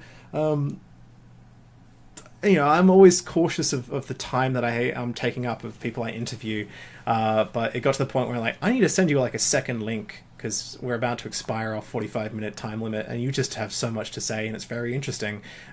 So we just went off script, and it was great. So the part 2 is not doing nearly as well as part 1. Part 1 was like posted on Reddit. A friend told me that. I don't go on Reddit. So if everyone can help part 2, which I think is the more useful one when it talks about disseminating and debunking like myths to do with how the voice would interact with the High Court, that would be great if people could share that one. That one's really good, and it's not doing very well in terms of views as opposed to part 1. But yeah, very amazed that she had the time and is very good at explaining things. Also, hey, check out Constitutional Clarion on YouTube. She has a YouTube channel. It's great. She explains things very, very well to do with the voice. She's got a PhD. She's a constitutional expert, and she was consulted. She helped advise the referendum working group. She's been asked to give submissions and evidence to committees, like the one to do with examining the legal impact of the the voice amendment, which was deemed to be constitutionally legally sound as a consensus of the Joint Select Committee into the Aboriginal and Torres Strait Islander voice referendum. So she's very informative and knows exactly what she's talking about. She's not just an outsider commenting on this like me. Anyway, watch the Constitutional Clarion. Anyway, hi Pilby, a familiar username. What's the best way you would encourage others to seek out real info about the voice? Just honest conversations. Just, don't act as if someone's misunderstandings or inability or refusal to engage with real information is malicious. Like, misunderstandings arise, misinformation has a space. It just naturally happens when you have misunderstandings or a lack of knowledge or a gap, and that's just a thing that happens. So you don't necessarily have to frame it like this is real information. I'm going to be creating a series of debunker videos where I'm like, this is real and this other claim is not. I'm still trying to figure out how to best frame it in a way that is inviting and understanding. But yeah, it's just about approaching something calmly and being like, hey, let's talk about what you think, and let's understand what your concerns are and what the foundation of that is, and then work from there to address those concerns with real information. And if someone gets the real information and still ends up with the same conclusion as they did before, well, at least they've had the information to critically examine that. Okay.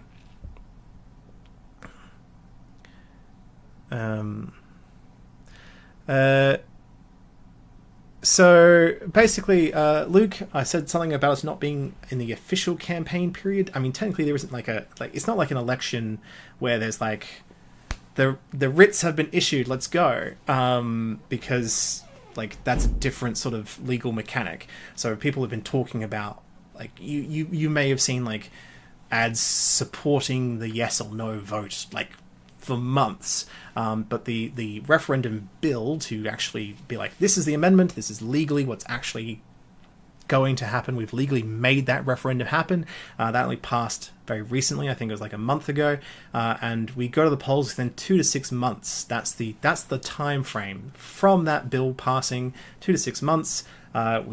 Most people think that it's probably going to be in October, so the bill is passed. Sweet, that's official. We're really officially having a referendum, so we could say that it has officially happened. But there's also the official yes and no pamphlets created by the people who voted yes or no to the bill passing in Parliament. And so in that sense, that has not kicked off in the same official way, because those pamphlets haven't been written, and so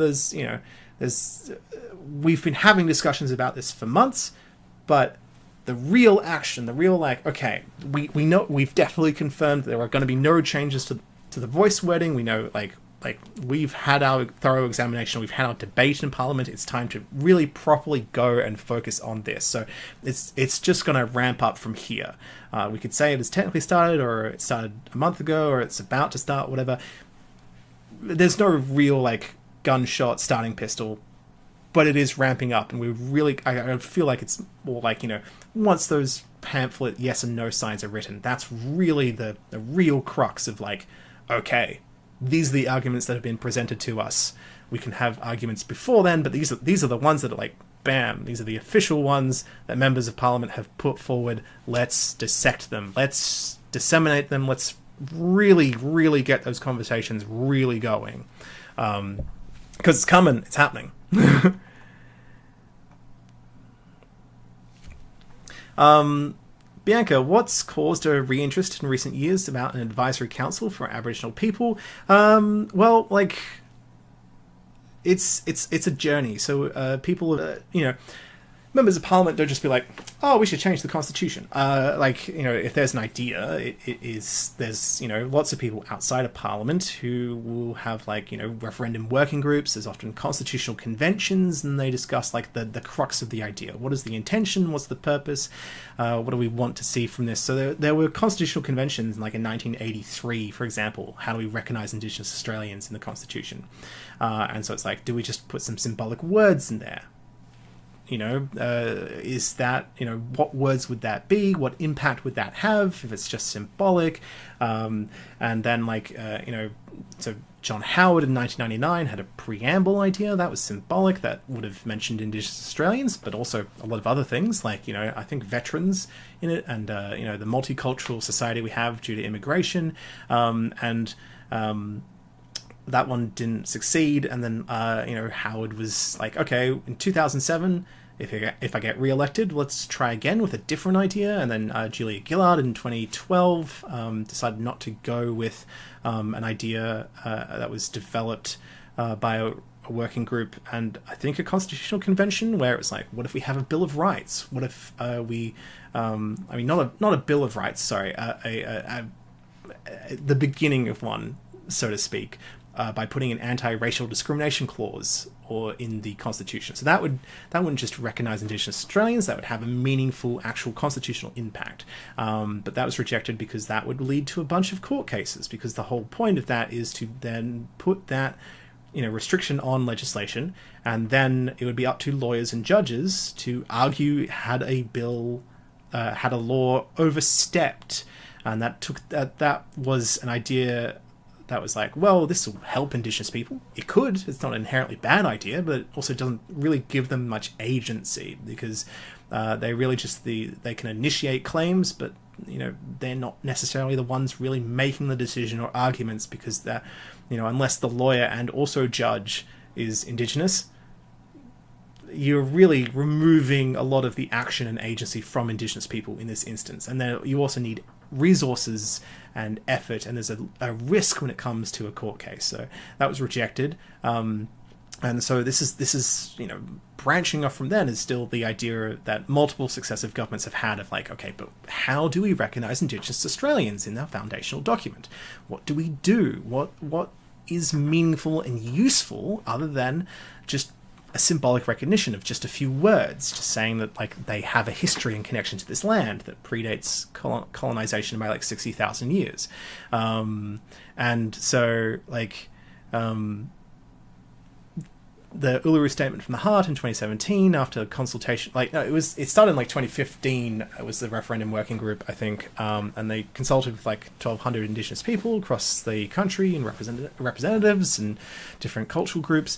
And then, over that 2-year period, then came the Uluru Statement from the Heart in 2017, where 250 Indigenous representatives signed this effectively petition to call for the voice. So that was under Turnbull. So, we've got this long history.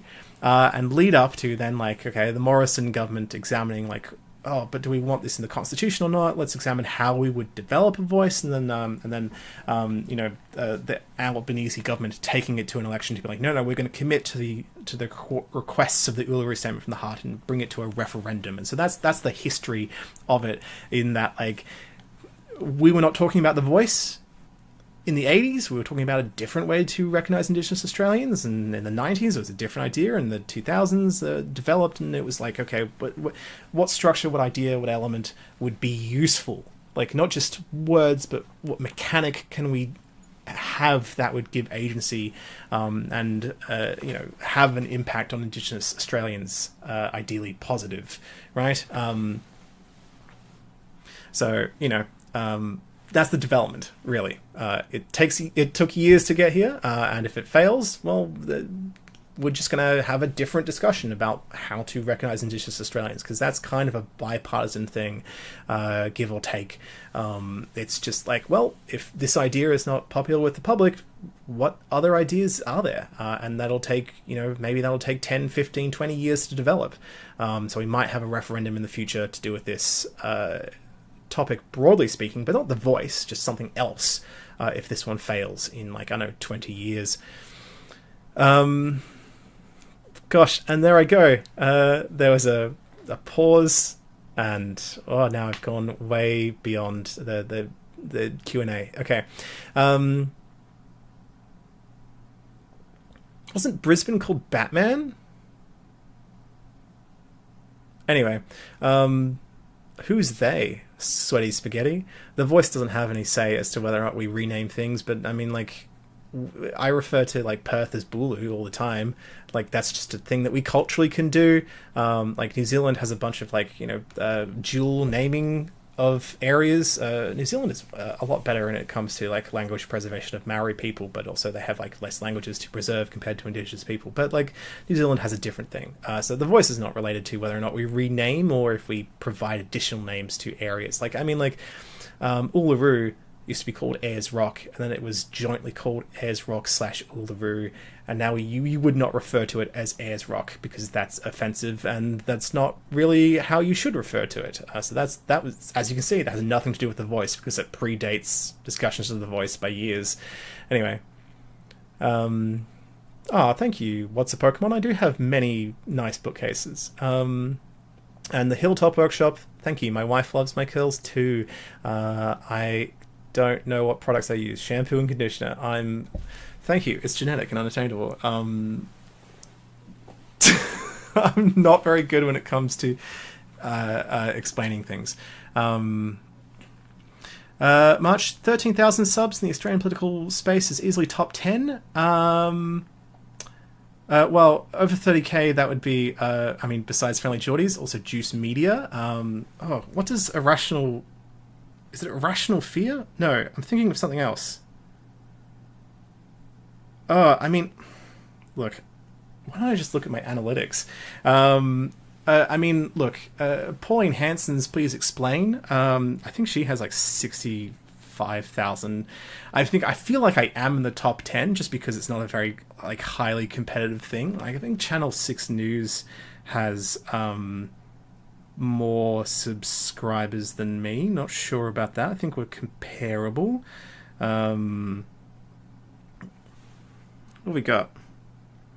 Well, Friendly Geordie says multiple things. There's a couple of senators that have lots of subscribers. I don't know. The West Report is apparently the second most popular channel with my audience. I've never watched the West Report, but it is. I'm looking at it now. It does talk about Australian politics. So, yeah, I don't know. Maybe I'm top 10, but also, like, that 10 is sparsely populated, and there's a wide gamut in popularity. I would love to have even remotely the same amount of subscribers as Friendly Geordies, even like a fraction. So, hey, he should shout me out on Twitter. I don't know. Then again, we have entirely different purposes and functions. I'm educational, and he is satire / commentary. So, even though I know from my analytics that my audience does watch him, his audience doesn't necessarily watch me as much. It's not necessarily the same two-way thing. I mean, there has to be some overlap for those analytics to work, but yeah. Will there only be one version for these yes and no pamphlets? Yes. So Lydia Thorpe opposes The Voice on different grounds to why the coalition opposes The Voice. It is up to all those members collectively to comprise and write that 2,000-word essay. Pauline Hanson is not particularly happy. She feels as if her input isn't really going to be valued in part of this construction. I mean, she doesn't, because, One Nation has only like 2 senators, so they don't really have much of an input and say proportionally.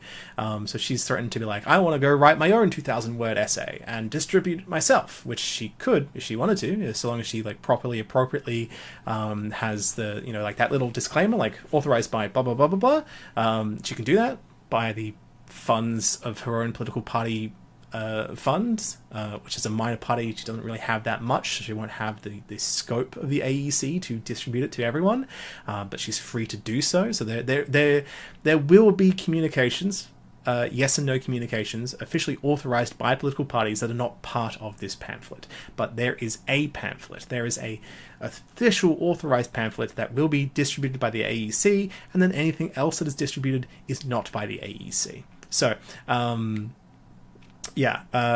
so Lydia Thorpe can have a say in what is included in the no argument because she voted against it, but that doesn't necessarily mean or inherently mean that she will actually be included, because I don't actually know how collectively it is decided whose opinions get put into this. It is a collaborative process in some regards, but I do believe because coalition members, I believe some coalition members actually voted yes for the referendum, because they're like, we don't think that it should be in the Constitution, but we also, aren't going to stand in the way of the public having a say on this. Like, that's a distinct difference between, like, we disagree, but we also don't disagree with the public having a voice on this.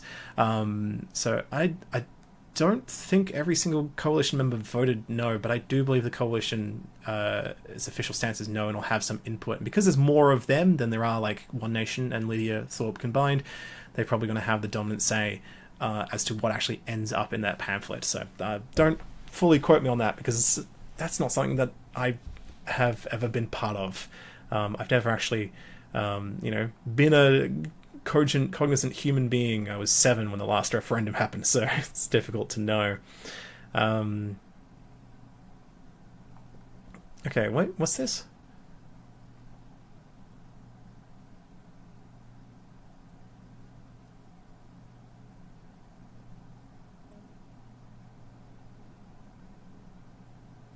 Oh, thank you. I am one of the best nerds. Green Lack, yes, this would carry over if we became a republic. A republic would be changing elements and references to the monarchy, to a president, a different system, but that, like, beyond that, any other further change would have to also be part of that referendum process. So, like, being a republic does not mean we have to start from scratch. We're still going to have a Senate and a House of Representatives, but instead of the monarch or Governor General representing the monarch giving royal assent, it would be the president giving, a signature to approve a bill, which could just carry on the same structure that we have now, or it could be different, and to abolish the voice, you'd have to vote to abolish the voice in a referendum. So becoming a republic would not affect the voice if the voice were established. Okay, anyway, another question from Neon Skylight. I know a lot of the voice's final workings is up in the air. The very specific mechanics that can be adjusted via legislation, which happens all the time. Do we know how many people will be in the voice? No, that again is the kind of thing that would be up to the legislation that is created, that then can be adjusted, either by the government that created it or by any future government. So if I say, oh, it'll have 35 members in it, I don't know, maybe it could have 35 members, and then in 25 years, 30 years, it could still have 35 members. That is possible. There are actually some pieces of legislation that get written and then just stay pretty much as they are for, like, decades and decades. But there's also committees to re-examine legislation and like, okay, well, this has been around for 5-10 years. Has it worked as intended? What impacts has it had? Should we make any changes and amendments? So, the idea of, like, oh, okay, well, maybe you could start with 35 members, like ATSIC had, I think, 35. Let's go, let's see how that works. And then in 5 years, you'd be like, well, that's not particularly very useful. It could be better. It could be more streamlined if we made sure there was only 12, or it could be more representative and effective if there was 43, for example. So, that's the kind of thing that we then get to judge in the future as to whether or not that was a good decision. And the normal democratic process and participation allows us to comment on that.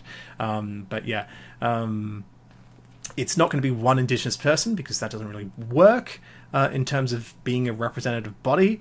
And it also will not be the entire Indigenous population, because, again, that doesn't work either. That wouldn't make it a body. Every Indigenous person gets to vote in Parliament, or vote for members of Parliament at a general election. That that is a different mechanic to the voice, and that is how Indigenous people as a collective would interact with that specific way of how Parliament functions. The voice would be, a collection, a handful of Indigenous people, be that a dozen or 30 or 40, to represent, broadly speaking, a bunch of different Indigenous people and communities, and the number that is to be developed. That's just one of the, the things that happens, because that's what legislation is about. Our own Parliament is double. It's actually more than double what it used to be. The Senate used to be 30... Was it 34 originally? I think it was. It doubled. It more than doubled because originally territories didn't have senators, for example. The ACT and the Northern Territory, they get 2 senators each. They didn't have that until like 1975? The 70s at the least. They're not constitutionally guaranteed senators. So also the framework of the Constitution for the Senate and House of Representatives is that the House of Representatives is twice the size of the Senate, as close as practically possible. You might give or take 1 or 2, because each of the original 6 states have to have an equal amount, which originally started at 6. So you can't have less than 6, I think, 8 for an original state. So Tasmania, by minimum, always has 5, and the fact that Tasmania's population is so small in comparison to other places, proportionally, it will always have 5. You have to increase the amount of members in the House of Representatives to 218 or something, thereabout. Don't quote me on that number, but it's over 200 before Tasmania's members in the House of Representatives actually proportionally make sense to its population, because it's guaranteed a minimum of 5, right? So there is some frameworks there, but there is a minimum. There's no upper limit, technically, to how many senators we can have. As our population grows, we could be well, it's not very representative if we, if each senator has to represent 3 million people. That makes their job incredibly difficult. It's 3 million times 12 for each state. What a very populous state that would be. So the federal parliament chambers are actually physically designed to include another 50, 60, 70 members or something. We can bring it up to over 220, 230, I think, before you'd have to modify the actual chamber for the House of Representatives. And then therefore you'd have half of that would be how big the Senate is, which means all the states would have equal representation, and then, to fill out any gaps, to make it easier for that, make it as close as practically possible, half, but, you've got 6 states, so every increase of 1 senator per state, that's an increase of 12 members of the House of Representatives, right? It really quickly goes out of whack if you just increase it just a lot. So, the people who would benefit most from us increasing the House of Representatives are the Northern Territory and the ACT, because to even it out, you'd just give them an extra senator or 2, and that would just even out the disparity when increasing the size of the Senate. What was I talking about? So yeah, when people are how many members are going to be in the voice? It's how many members are going to be in Parliament in 20 years? It's going to be different, and it was different 40 years ago, and it was different 70 years ago. That is also a thing that just changes, because that's a thing that we're allowed to do. Yeah.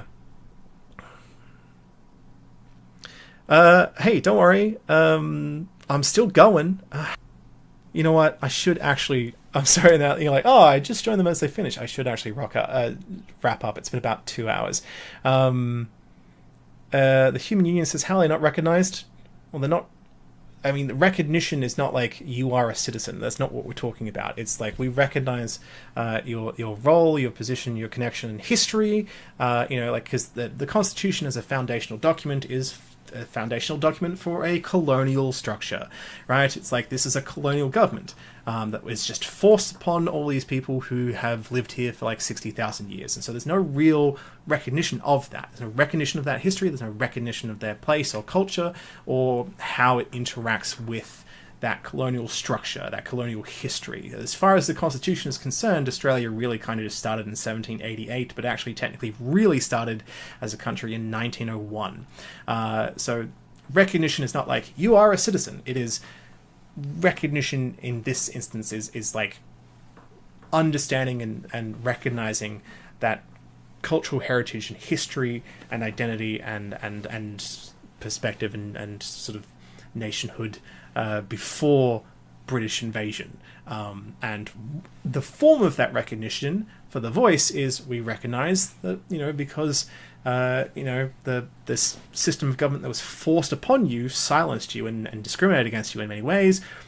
As part of that recognition, let's recognize that you have a voice. Let's recognize that you have perspective and input and needs and a desire for self-determination that has not been provided in the past, and this is an effective way, we believe, to enable that. Now, we are collectively deciding as a country whether or not the voice is an appropriate form of that recognition. We're deciding at a referendum if that is a worthwhile thing, or if that's a useful thing, or if that deserves to be in the Constitution or not, as a form of recognition and a form of an enabling and empowering Indigenous people to participate. We're not restructuring our democratic institutions. We're not undermining or revoking the foundational basis of the colonial structure that developed into the Constitution, but we're just providing a way to ensure that it is inclusive and recognizes that the system and culture and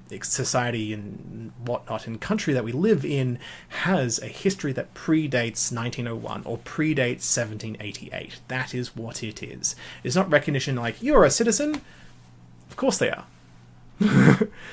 Yeah, so I hope that contextualizes it. If you don't like that, vote no. That's fine. Like that's just what the thing is, basically. Okay,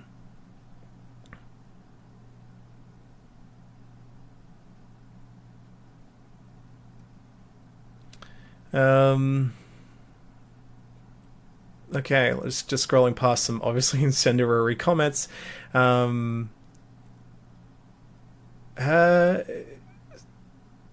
Sorman. I've never watched Sorman. I don't know, but I believe that name rings a bell. I think my audience, according to my analytics, also watched that YouTube channel. I don't actually know anything about that person. Yes, Sorman, 1.6 subscribers. I'm sorry, I don't know anything about this person, but like the analytics show me that, who else does your audience watch?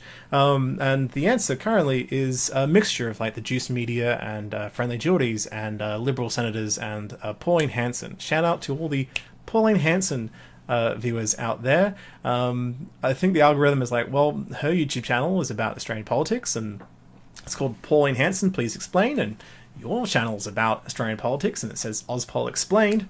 Two very similar words in the title there. Like funnel, like the pipeline of Pauline Hanson's amusing and unusual animated cartoons to fighting with people in my comment section. It's an interesting pipeline. Anyway.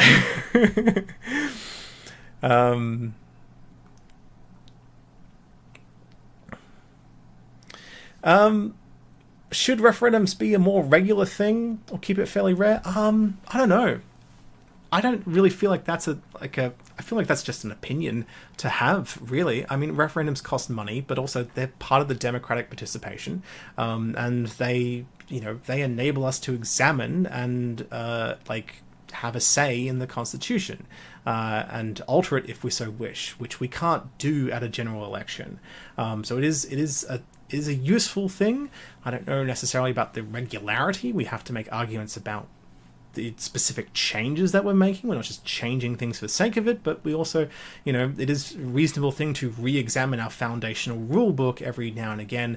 And I don't think every 25 years is regular enough necessarily. But then again, what changes are we making and are they worthwhile? And there's no good answer to that. Just, there is no definitive way to what's the word? Quantify the frequency of referendums. Just that referendums are useful and therefore should happen sometimes. Not all the time, again, because of cost, but again, cost is not the value of a referendum. The value of a referendum is democratic participation and shaping of our institutions and rule books. No one is left alive who voted on the first several referendums, especially not the ones in Federation that established the Constitution. So it's fair for us to re-examine it every now and again, because otherwise it's just decisions that people long dead made for us. But if there's no actual thing wrong with it, like, I don't think anyone really wants to alter Chapter 1 of the Constitution. I don't think there's... No, Chapter 1 is pretty broad. I don't think anyone really cares about Section 1 of the Constitution. It's like, well, yeah, that's what Parliament is.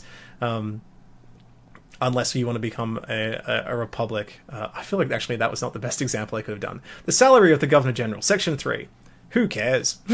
We don't need to re-examine that one, because that one's just like, the Governor General gets paid money. The Parliament can adjust that. You don't really need to change the Constitution to change how much the Governor General gets paid. It's so that one doesn't really need to be re-examined. We can be like, yeah, that's the thing that was the decision that was made, that someone who has a job gets paid. That's fine. Anyway.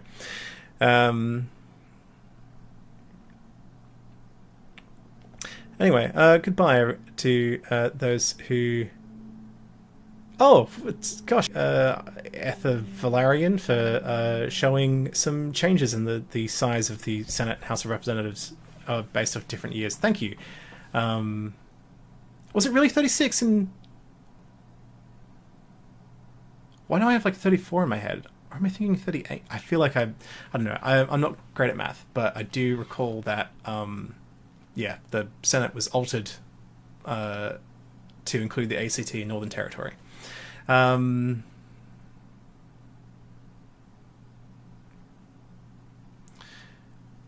Simon Jonesy just said that I just made the case that the voice is akin to Parliament. No, I didn't. Absolutely not. I don't know why you would say that. You said there's no misinformation laws and such. Does it apply to the information sheets the government hands out?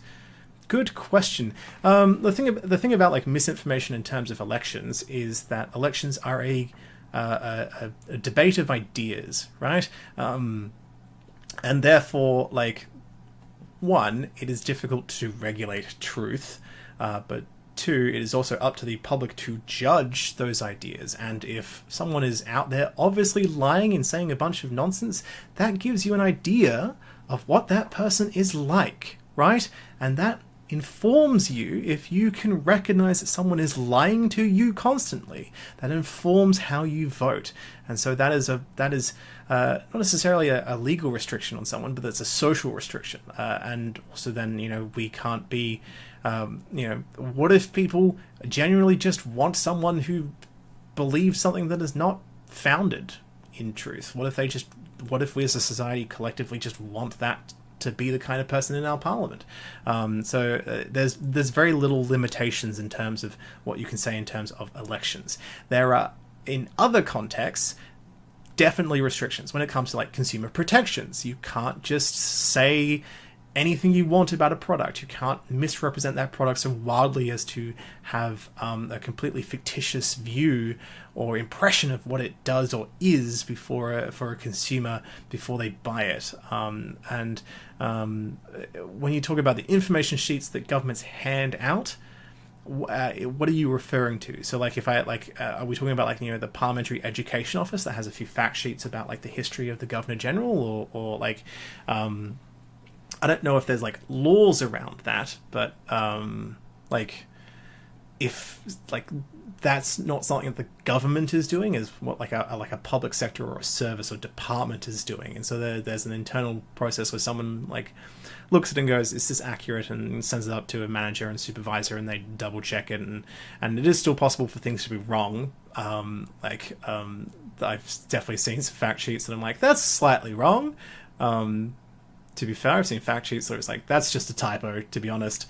It's wrong in the sense that your typo has said that this historic origin is a different king to the real king, but to be fair, kings are distinguished sometimes by, 4 verse 5 or 2 verse 3, and it's a very easy typo to make. So it's not like, oh, they're lying to us. It's like someone made a typo. So I don't know like what actual distinction there would be for like enforcing that, but also there's also, you know, people will do their best to do their job effectively, and if someone in a department is effectively going around trying to spread misinformation, the people above them in that department will be like, why are you doing that? That's not your job, and try and stop them. Like the public sector is not meant to criticize the government, and they're meant to remain neutral, you know, do anything in that regard. So there is that level of independence that allows you to have at least some trust that someone who is putting out information is doing their best and has some form of scrutiny to try and make it accurate. What members of Parliament, be they government or not, then do, or how they represent that information, is up to them. There's definitely ways that, you know, you can have a graph that talks about, like, you know, economic performance and whatnot, or, you know, and you can choose where the graph starts and frame it in that way to demonstrate that, like, oh, you know, we see that here, you know, this party, we have less of, I don't know, whatever figure or number I want to see, and well, this party has more here. And you're like, well, we framed it within these like 10, 15 years. And what if you go, oh, wait, if we just extend it by 5 years, we notice that, oh, wait, the political party that I really like actually did even worse back then. You know, like that the information is factual. It's real. The way you use it is politically not neutral. I find that a lot of people don't like the way that I say information because they've confused the idea that information has to have an agenda. And if I'm not saying something critical about The Voice, they believe that to be an endorsement of The Voice, right? That's not true. You like if I say The Voice does not have veto power, it doesn't have legislative power, and it can't force its decisions on Parliament. Like, that's true. That's straight up true. And we've seen in the chat that people have different opinions about that. Like, and you can argue about the influence. Like, we can definitely say that information is useful in the decision-making process, but we also have to acknowledge that information does not mean control, but also what if members of Parliament don't care about that information, right?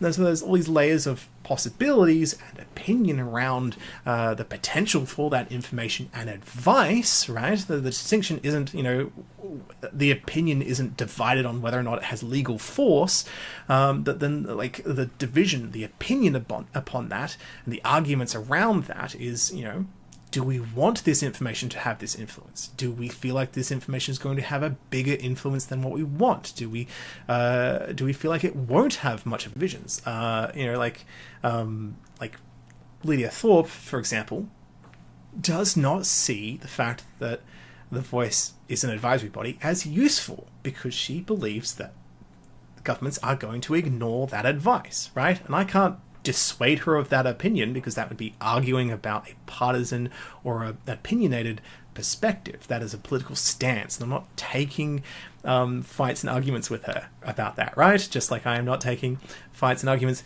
with you know, people who like do think that The Voice is useful and believe that The Voice's influence is a good thing, right? And do believe that it can have good outcomes. I can just tell you that The Voice has the ability to give advice, and advice has some kind of impact and value of some kind that is dependent upon the circumstances to which it is given and to the person it is given to, right?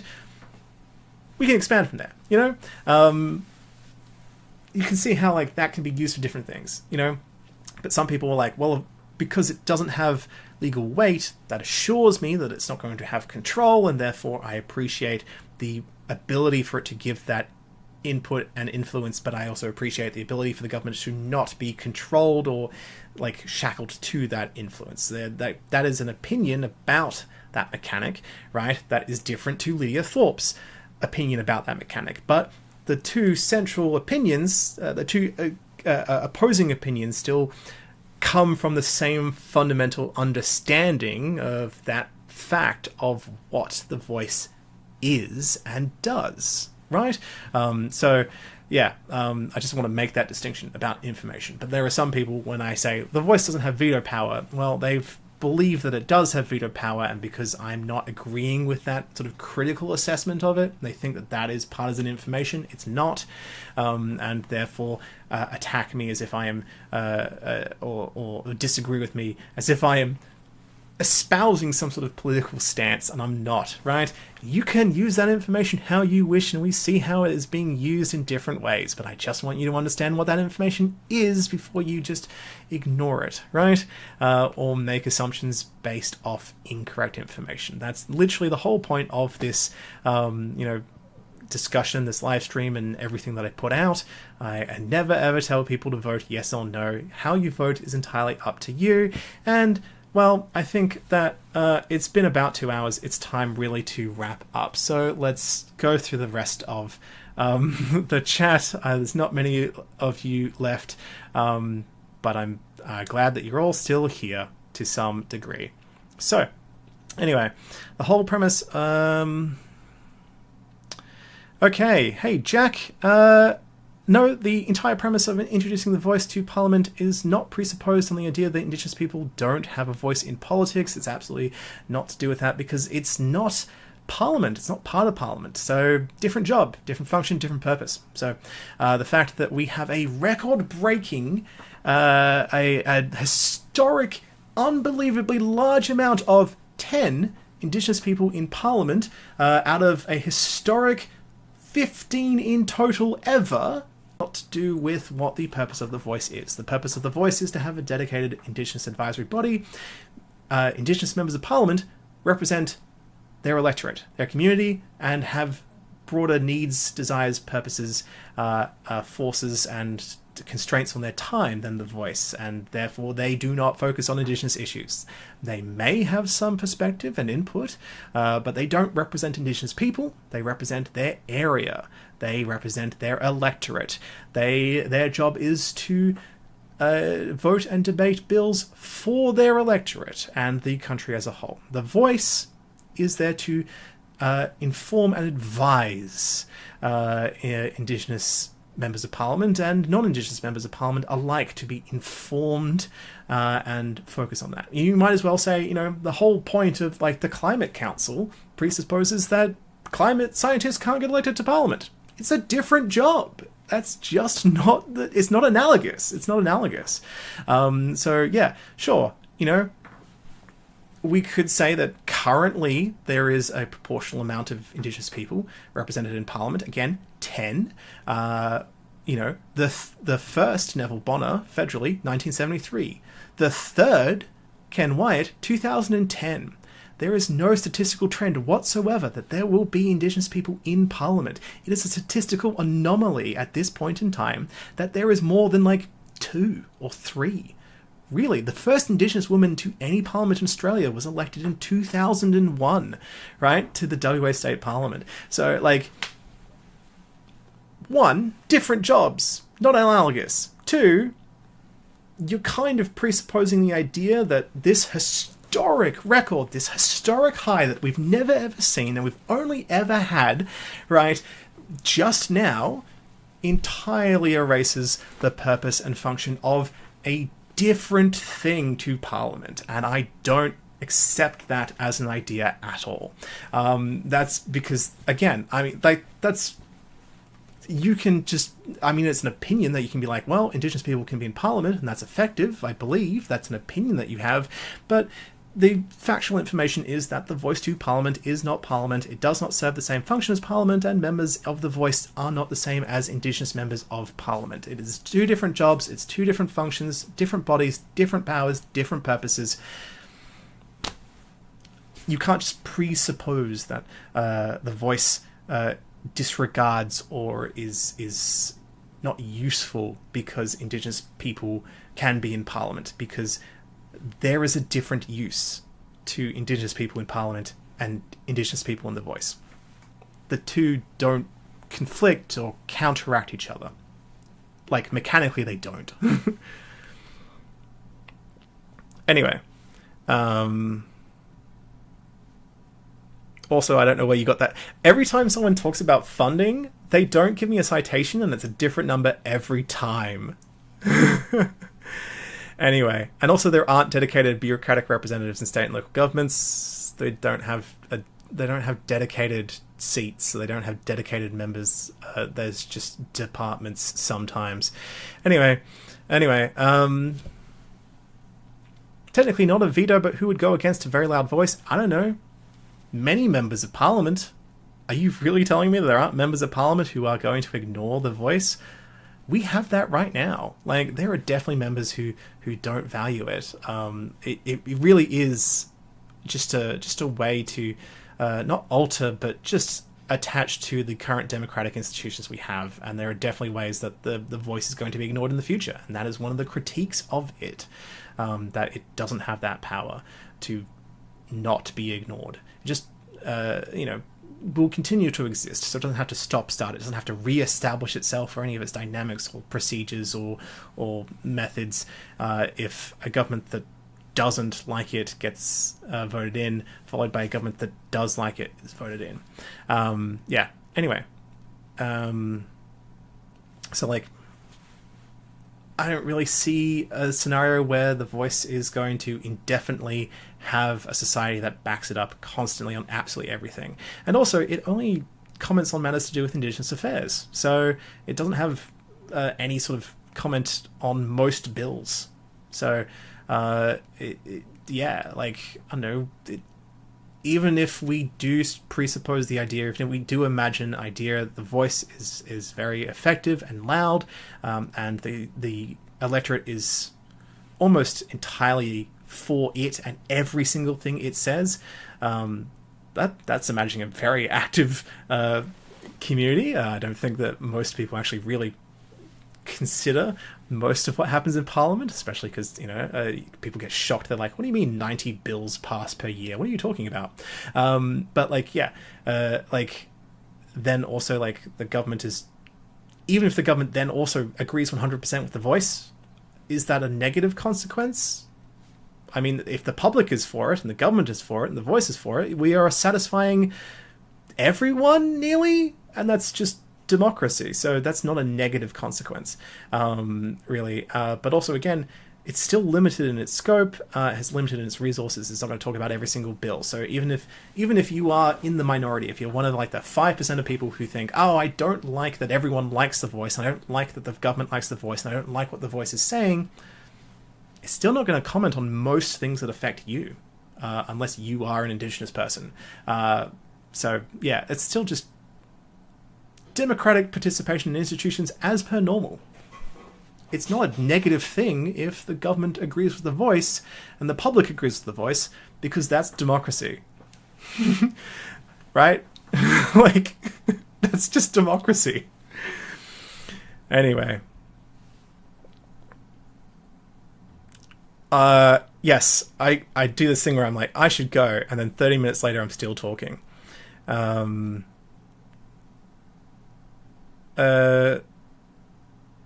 Indigenous Minister and the NIA are not analogous. You should rewind the thing. I've already talked about that. The NIA does not have the scope. It's still in control of a minister. It only reports on limited things. It doesn't have the independence of the voice. It's not a voice to Parliament. It's not an Indigenous-led body. It does not serve the purpose or function. It's not analogous to the voice. And the Minister for Indigenous Affairs makes informed decisions by consulting people and communities and groups. And the voice to Parliament would not replace all of that. It would just be another thing that the Minister for Indigenous Affairs consults with. So saying, the Minister for Indigenous Affairs means that the voice is useless. No, it doesn't. How do you think the Minister for Indigenous Affairs is going to do their job? That doesn't mean that the voice is a necessary function for the Minister for Indigenous Affairs, but it also doesn't mean that the Minister for Indigenous Affairs just erases the need for the voice or any arguments for the voice. You can have an effective Minister for Indigenous Affairs without the voice. You can have an effective voice that does not interrupt or override the Minister for Affairs, Indigenous Affairs. Like it's not a competing thing. It can complement each other. It is not necessary for it to exist for either institute to be effective. It is, but it's not a competition, is what I'm trying to say. Anyway, I really am trying to go. So, thank you, everyone. I'm just going to finish reading up the chat.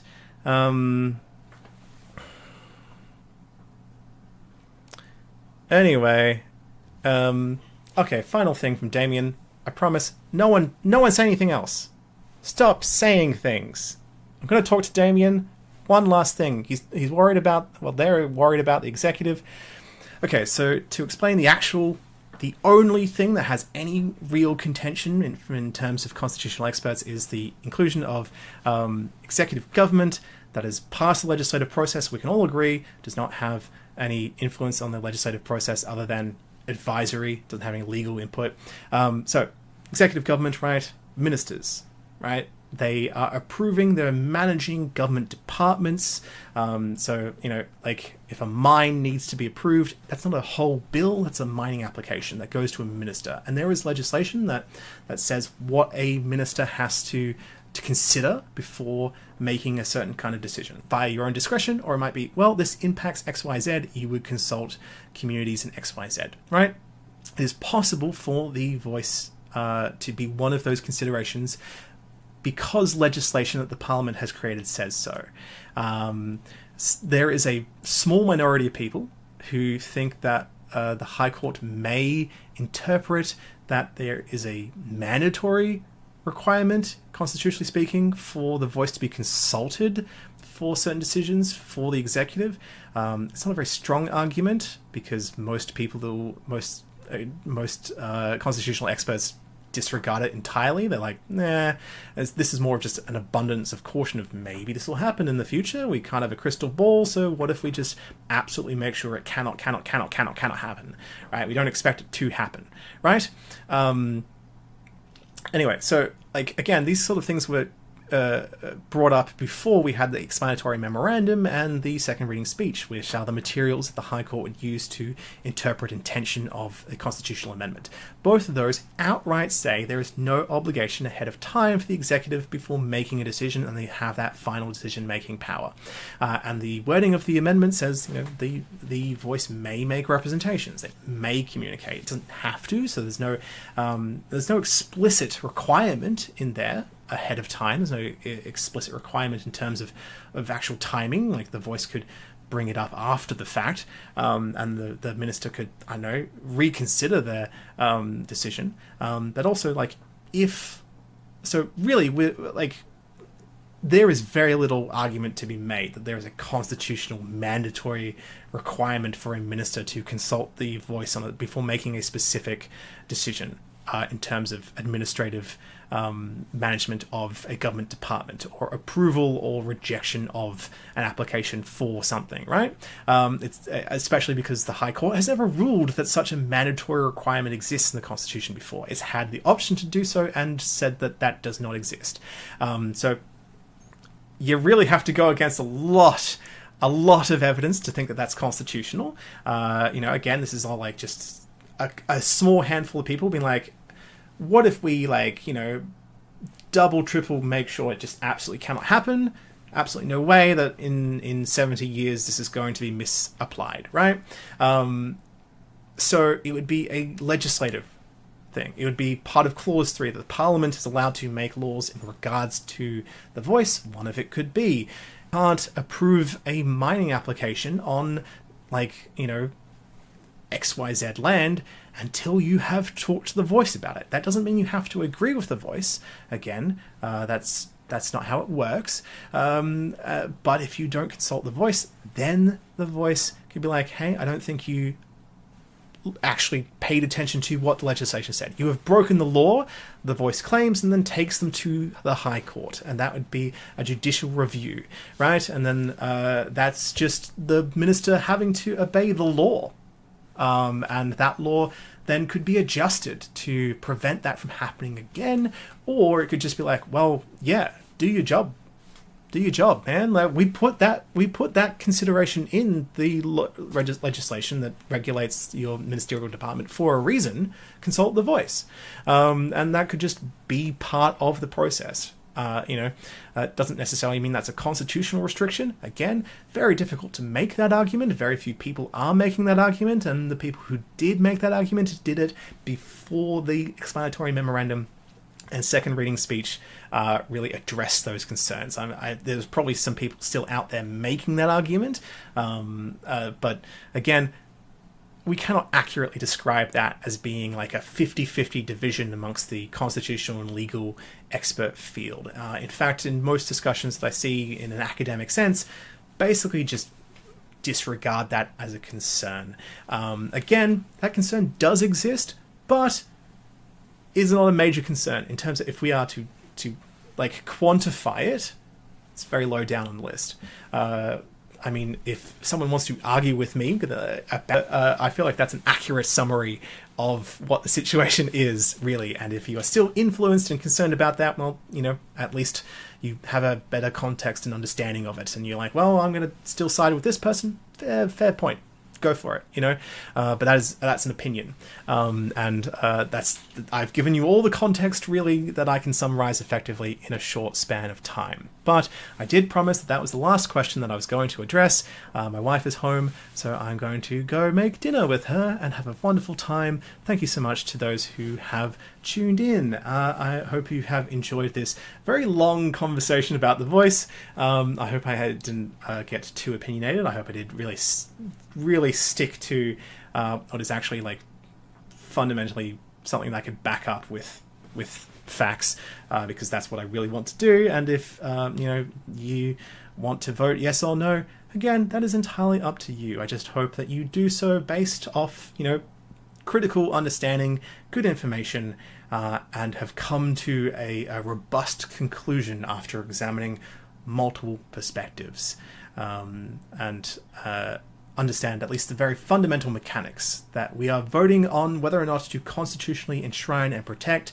an Indigenous advisory body comprised of Indigenous people to comment on Indigenous affairs, to help Parliament and the Executive be informed before they make decisions or after they make decisions. There's no requirement for that to necessarily be beforehand, but it is not designed to take away power or undermine our democratic institutions. It is just there to arguably empower Indigenous people to effectively participate in that. How we feel about that, and if that is a good way for that to be achieved, it is up to us collectively to decide.